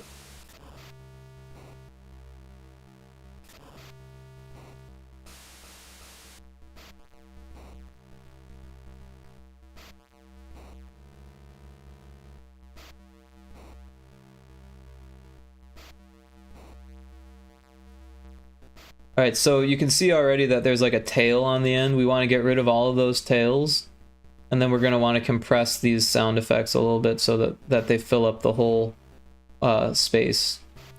So we'll go through each one individually and edit them. Make this a little bit bigger.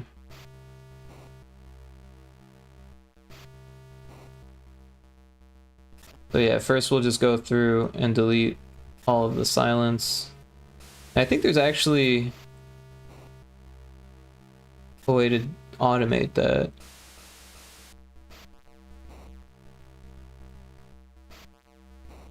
Silence Finder?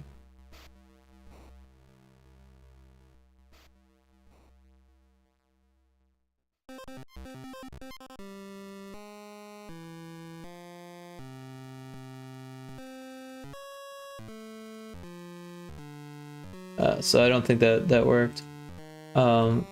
It's doing it to all of them also. Let's just Control Z that because I don't know how to do that. Anyways, let's just do it the old-fashioned way. Delete the silence.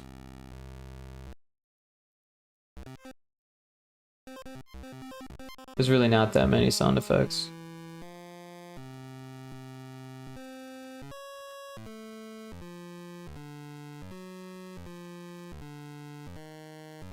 But yeah, I make this look really quick and easy, and it kind of can be.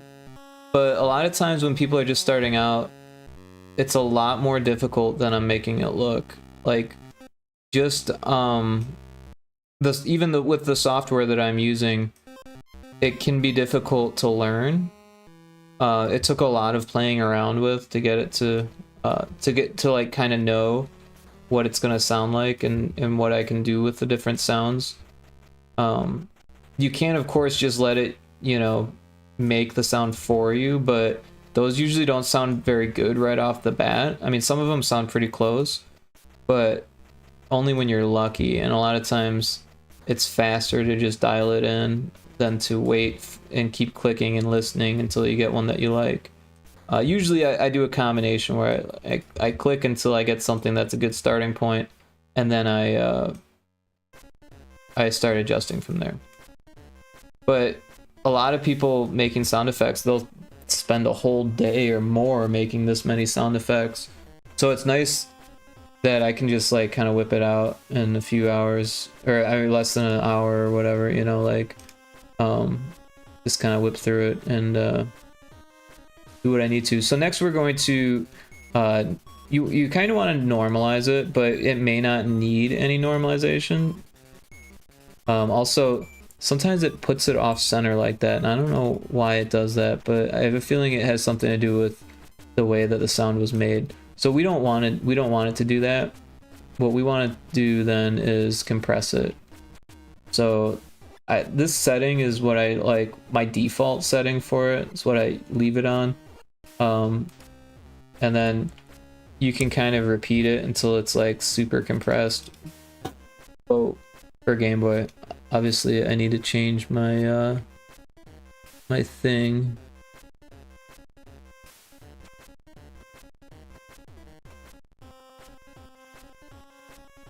What am I doing here?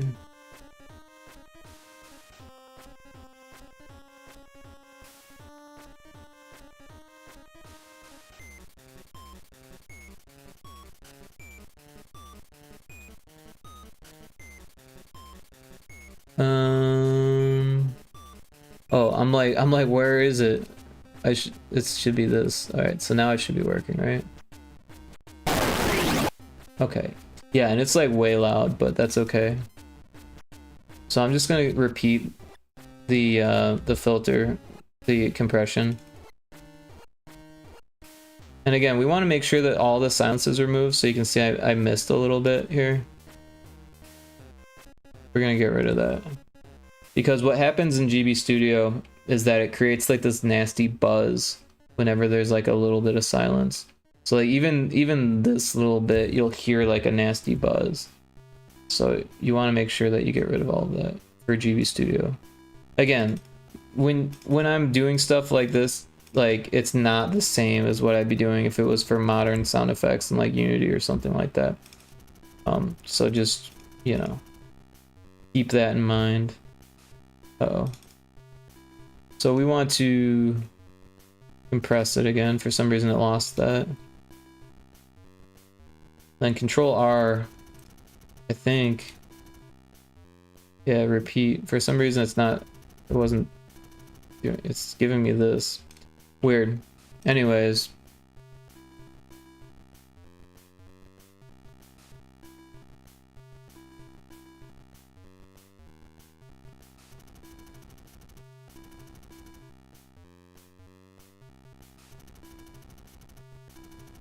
Sometimes you need to compress it more than other times, but also since these aren't like voice samples, it's not as important to compress it. I mean, you do want it to be compressed because these like a little fade like that makes it a lot more quiet than you would expect on the Game Boy. But that's normalized. But yeah, I know because I do a lot of like my own voice for games. And that really needs to be compressed because like it's crazy how low volume that is when you put it in.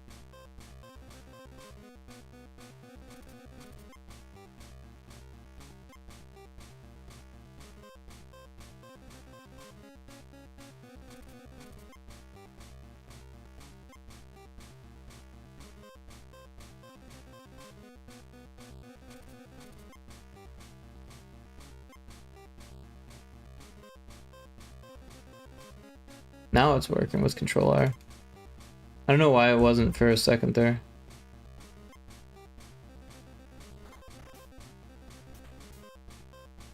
Makes things a lot faster. Alright, so everything looks good. Nothing's over, like, that seems to be the longest one, and it's less than 2 seconds, so we shouldn't have to, like, cut anything down. So now that we have everything, we can go to export multiple. And then we want it to be wave unsigned in the 8-bit folder. Oh, but this is Frontrooms Normalities. We want to change it to be the pet sim. So we'll go up a folder, pet sim, 8-bit, and we'll drop it here. And it should label it using the label track name, yeah. So we'll hit export, and yeah, this is an example.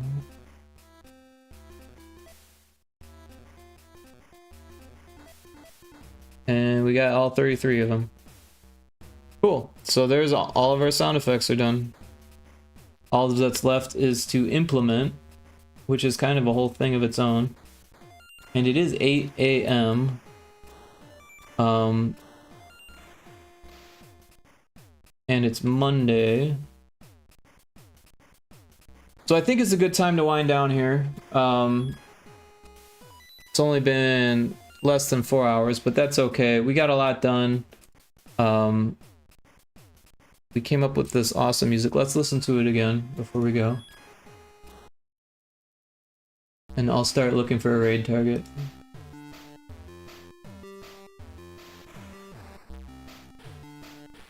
But yeah, I like this. I think this sounds good.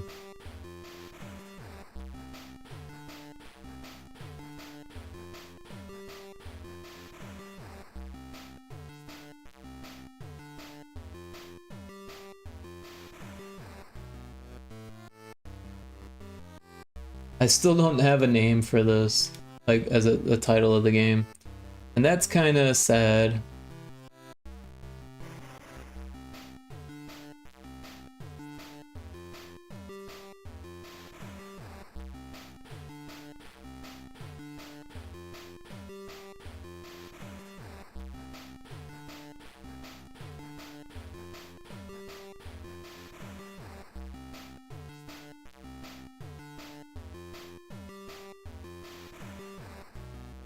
There are some pixel artists, early morning pixel artists, so that's good.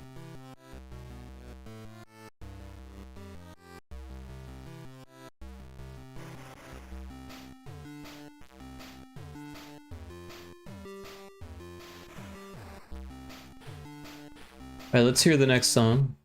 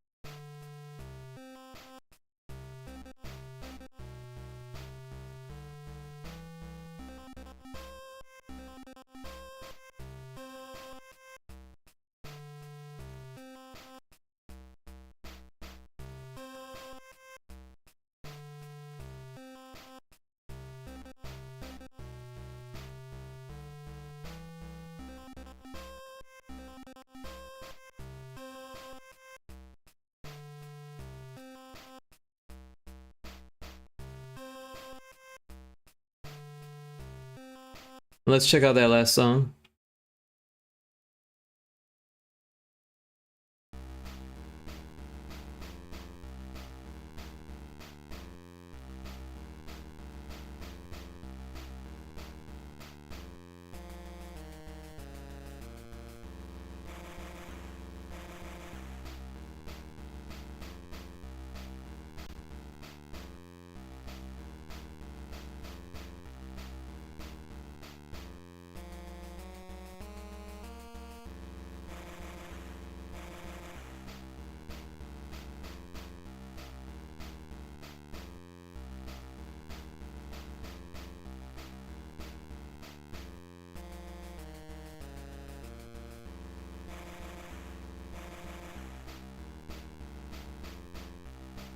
Cool. So I think these songs will work. They definitely fit the vibe that I was going for. This is the only one that I'm on the fence about. Like, it just doesn't feel cozy enough.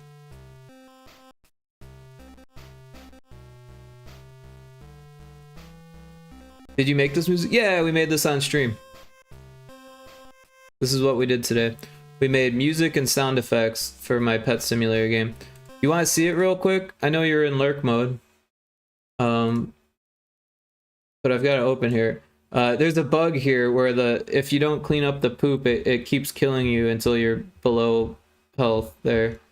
Yeah.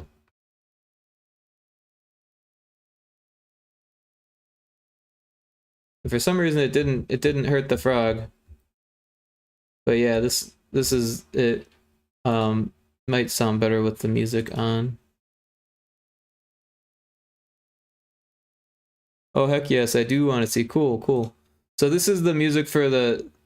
Oh, is it not gonna load? Here's the music for the pet simulator part. So yeah, you can put them to work, you can feed them food and water. The energy is broken too, apparently. Need to make a note of that.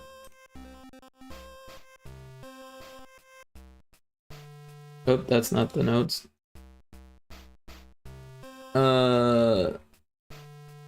Energy goes below 0.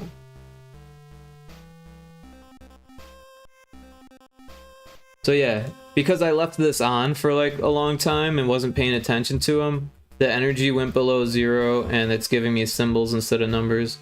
Again, the heart went below 0. But yeah, you can put them to work. You can put them to sleep, wake them up, put them back to work. They poop, and you clean the poop. You make money. You spend the money on food, water, and then you dungeon crawl. And the dungeons don't have any enemies. I was kind of coming up with ideas for obstacles that like you could try to avoid, and maybe that'll help things. But the trick is to find the exit, right? Oh, and this one's already sleepy, so let's put it back to sleep.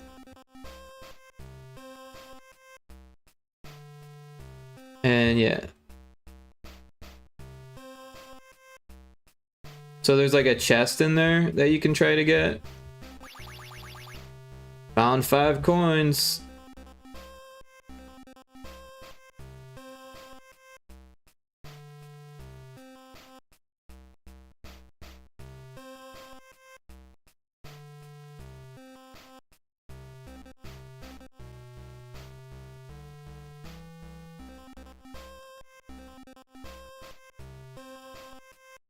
I didn't get the chest.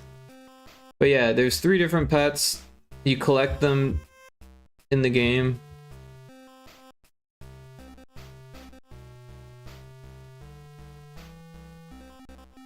And then right now there's 30 different dungeons. But I kind of want to make 100.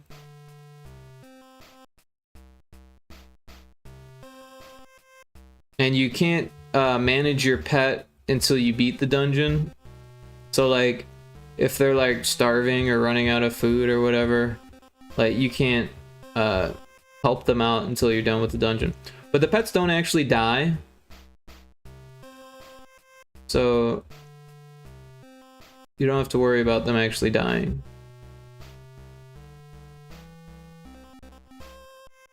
And there's no way to finish the game. It just keeps going. And I was thinking about making it so it like saves your progress. So that still needs to be implemented. But yeah, if they have more than, or if they have health, or if they have food and water, then they gain health every time the clock ticks here, the clock at the top here. But if they don't have it, then they lose health, or at least they're supposed to. I don't know why this one's not. But that one lost more than it should have.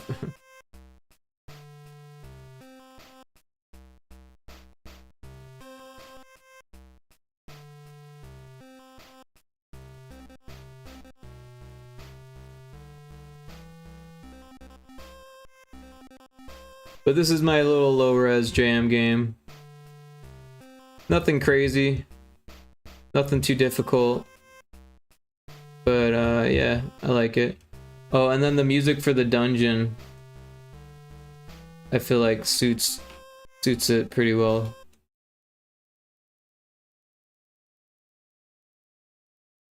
It doesn't break.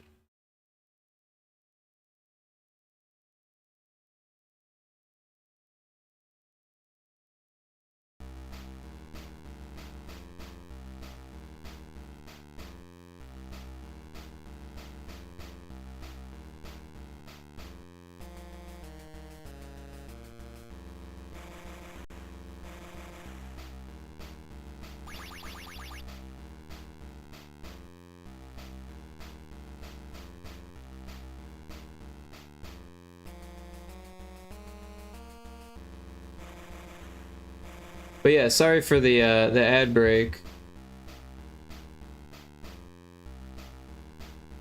This is one of the harder dungeons.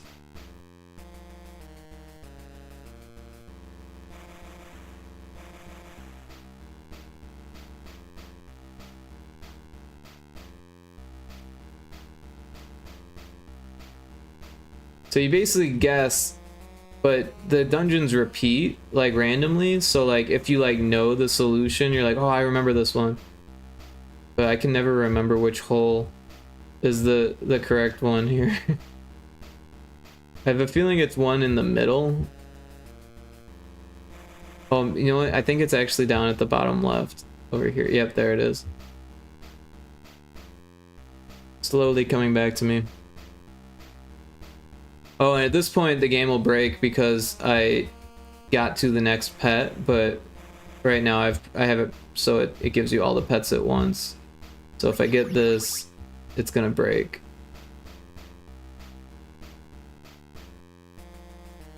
It didn't break.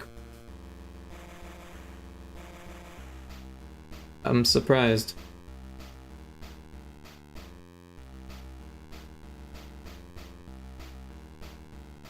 Oh, I think it is broken though, because I can't change pets now, so that's an issue.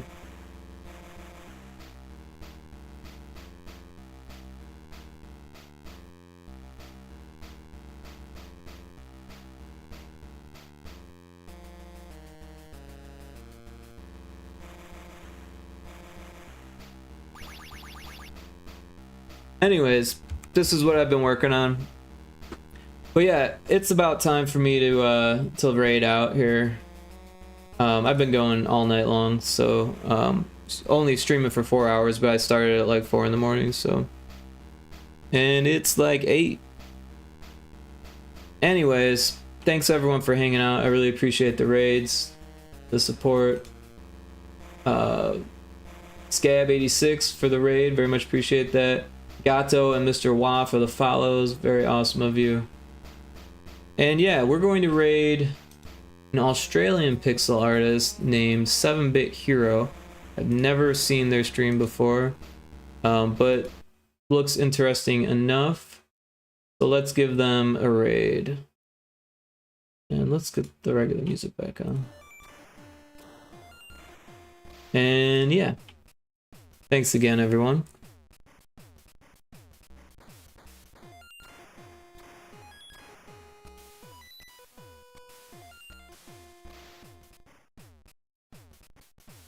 And there's the raid message.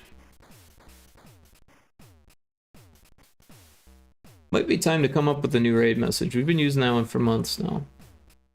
But yeah, everyone be kind, and if you want to share it or use the raid message, that's kind of fine. If you don't, that's fine. If you want to lurk, that's cool. If you want to say hello, and that's always welcome, I'm sure. But yeah, thanks again, everyone.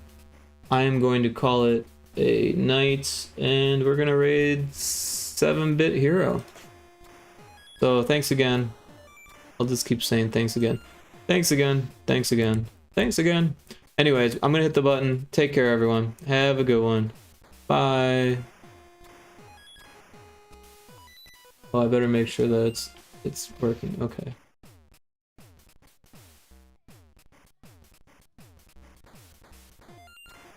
Alright, hitting the button. Bye.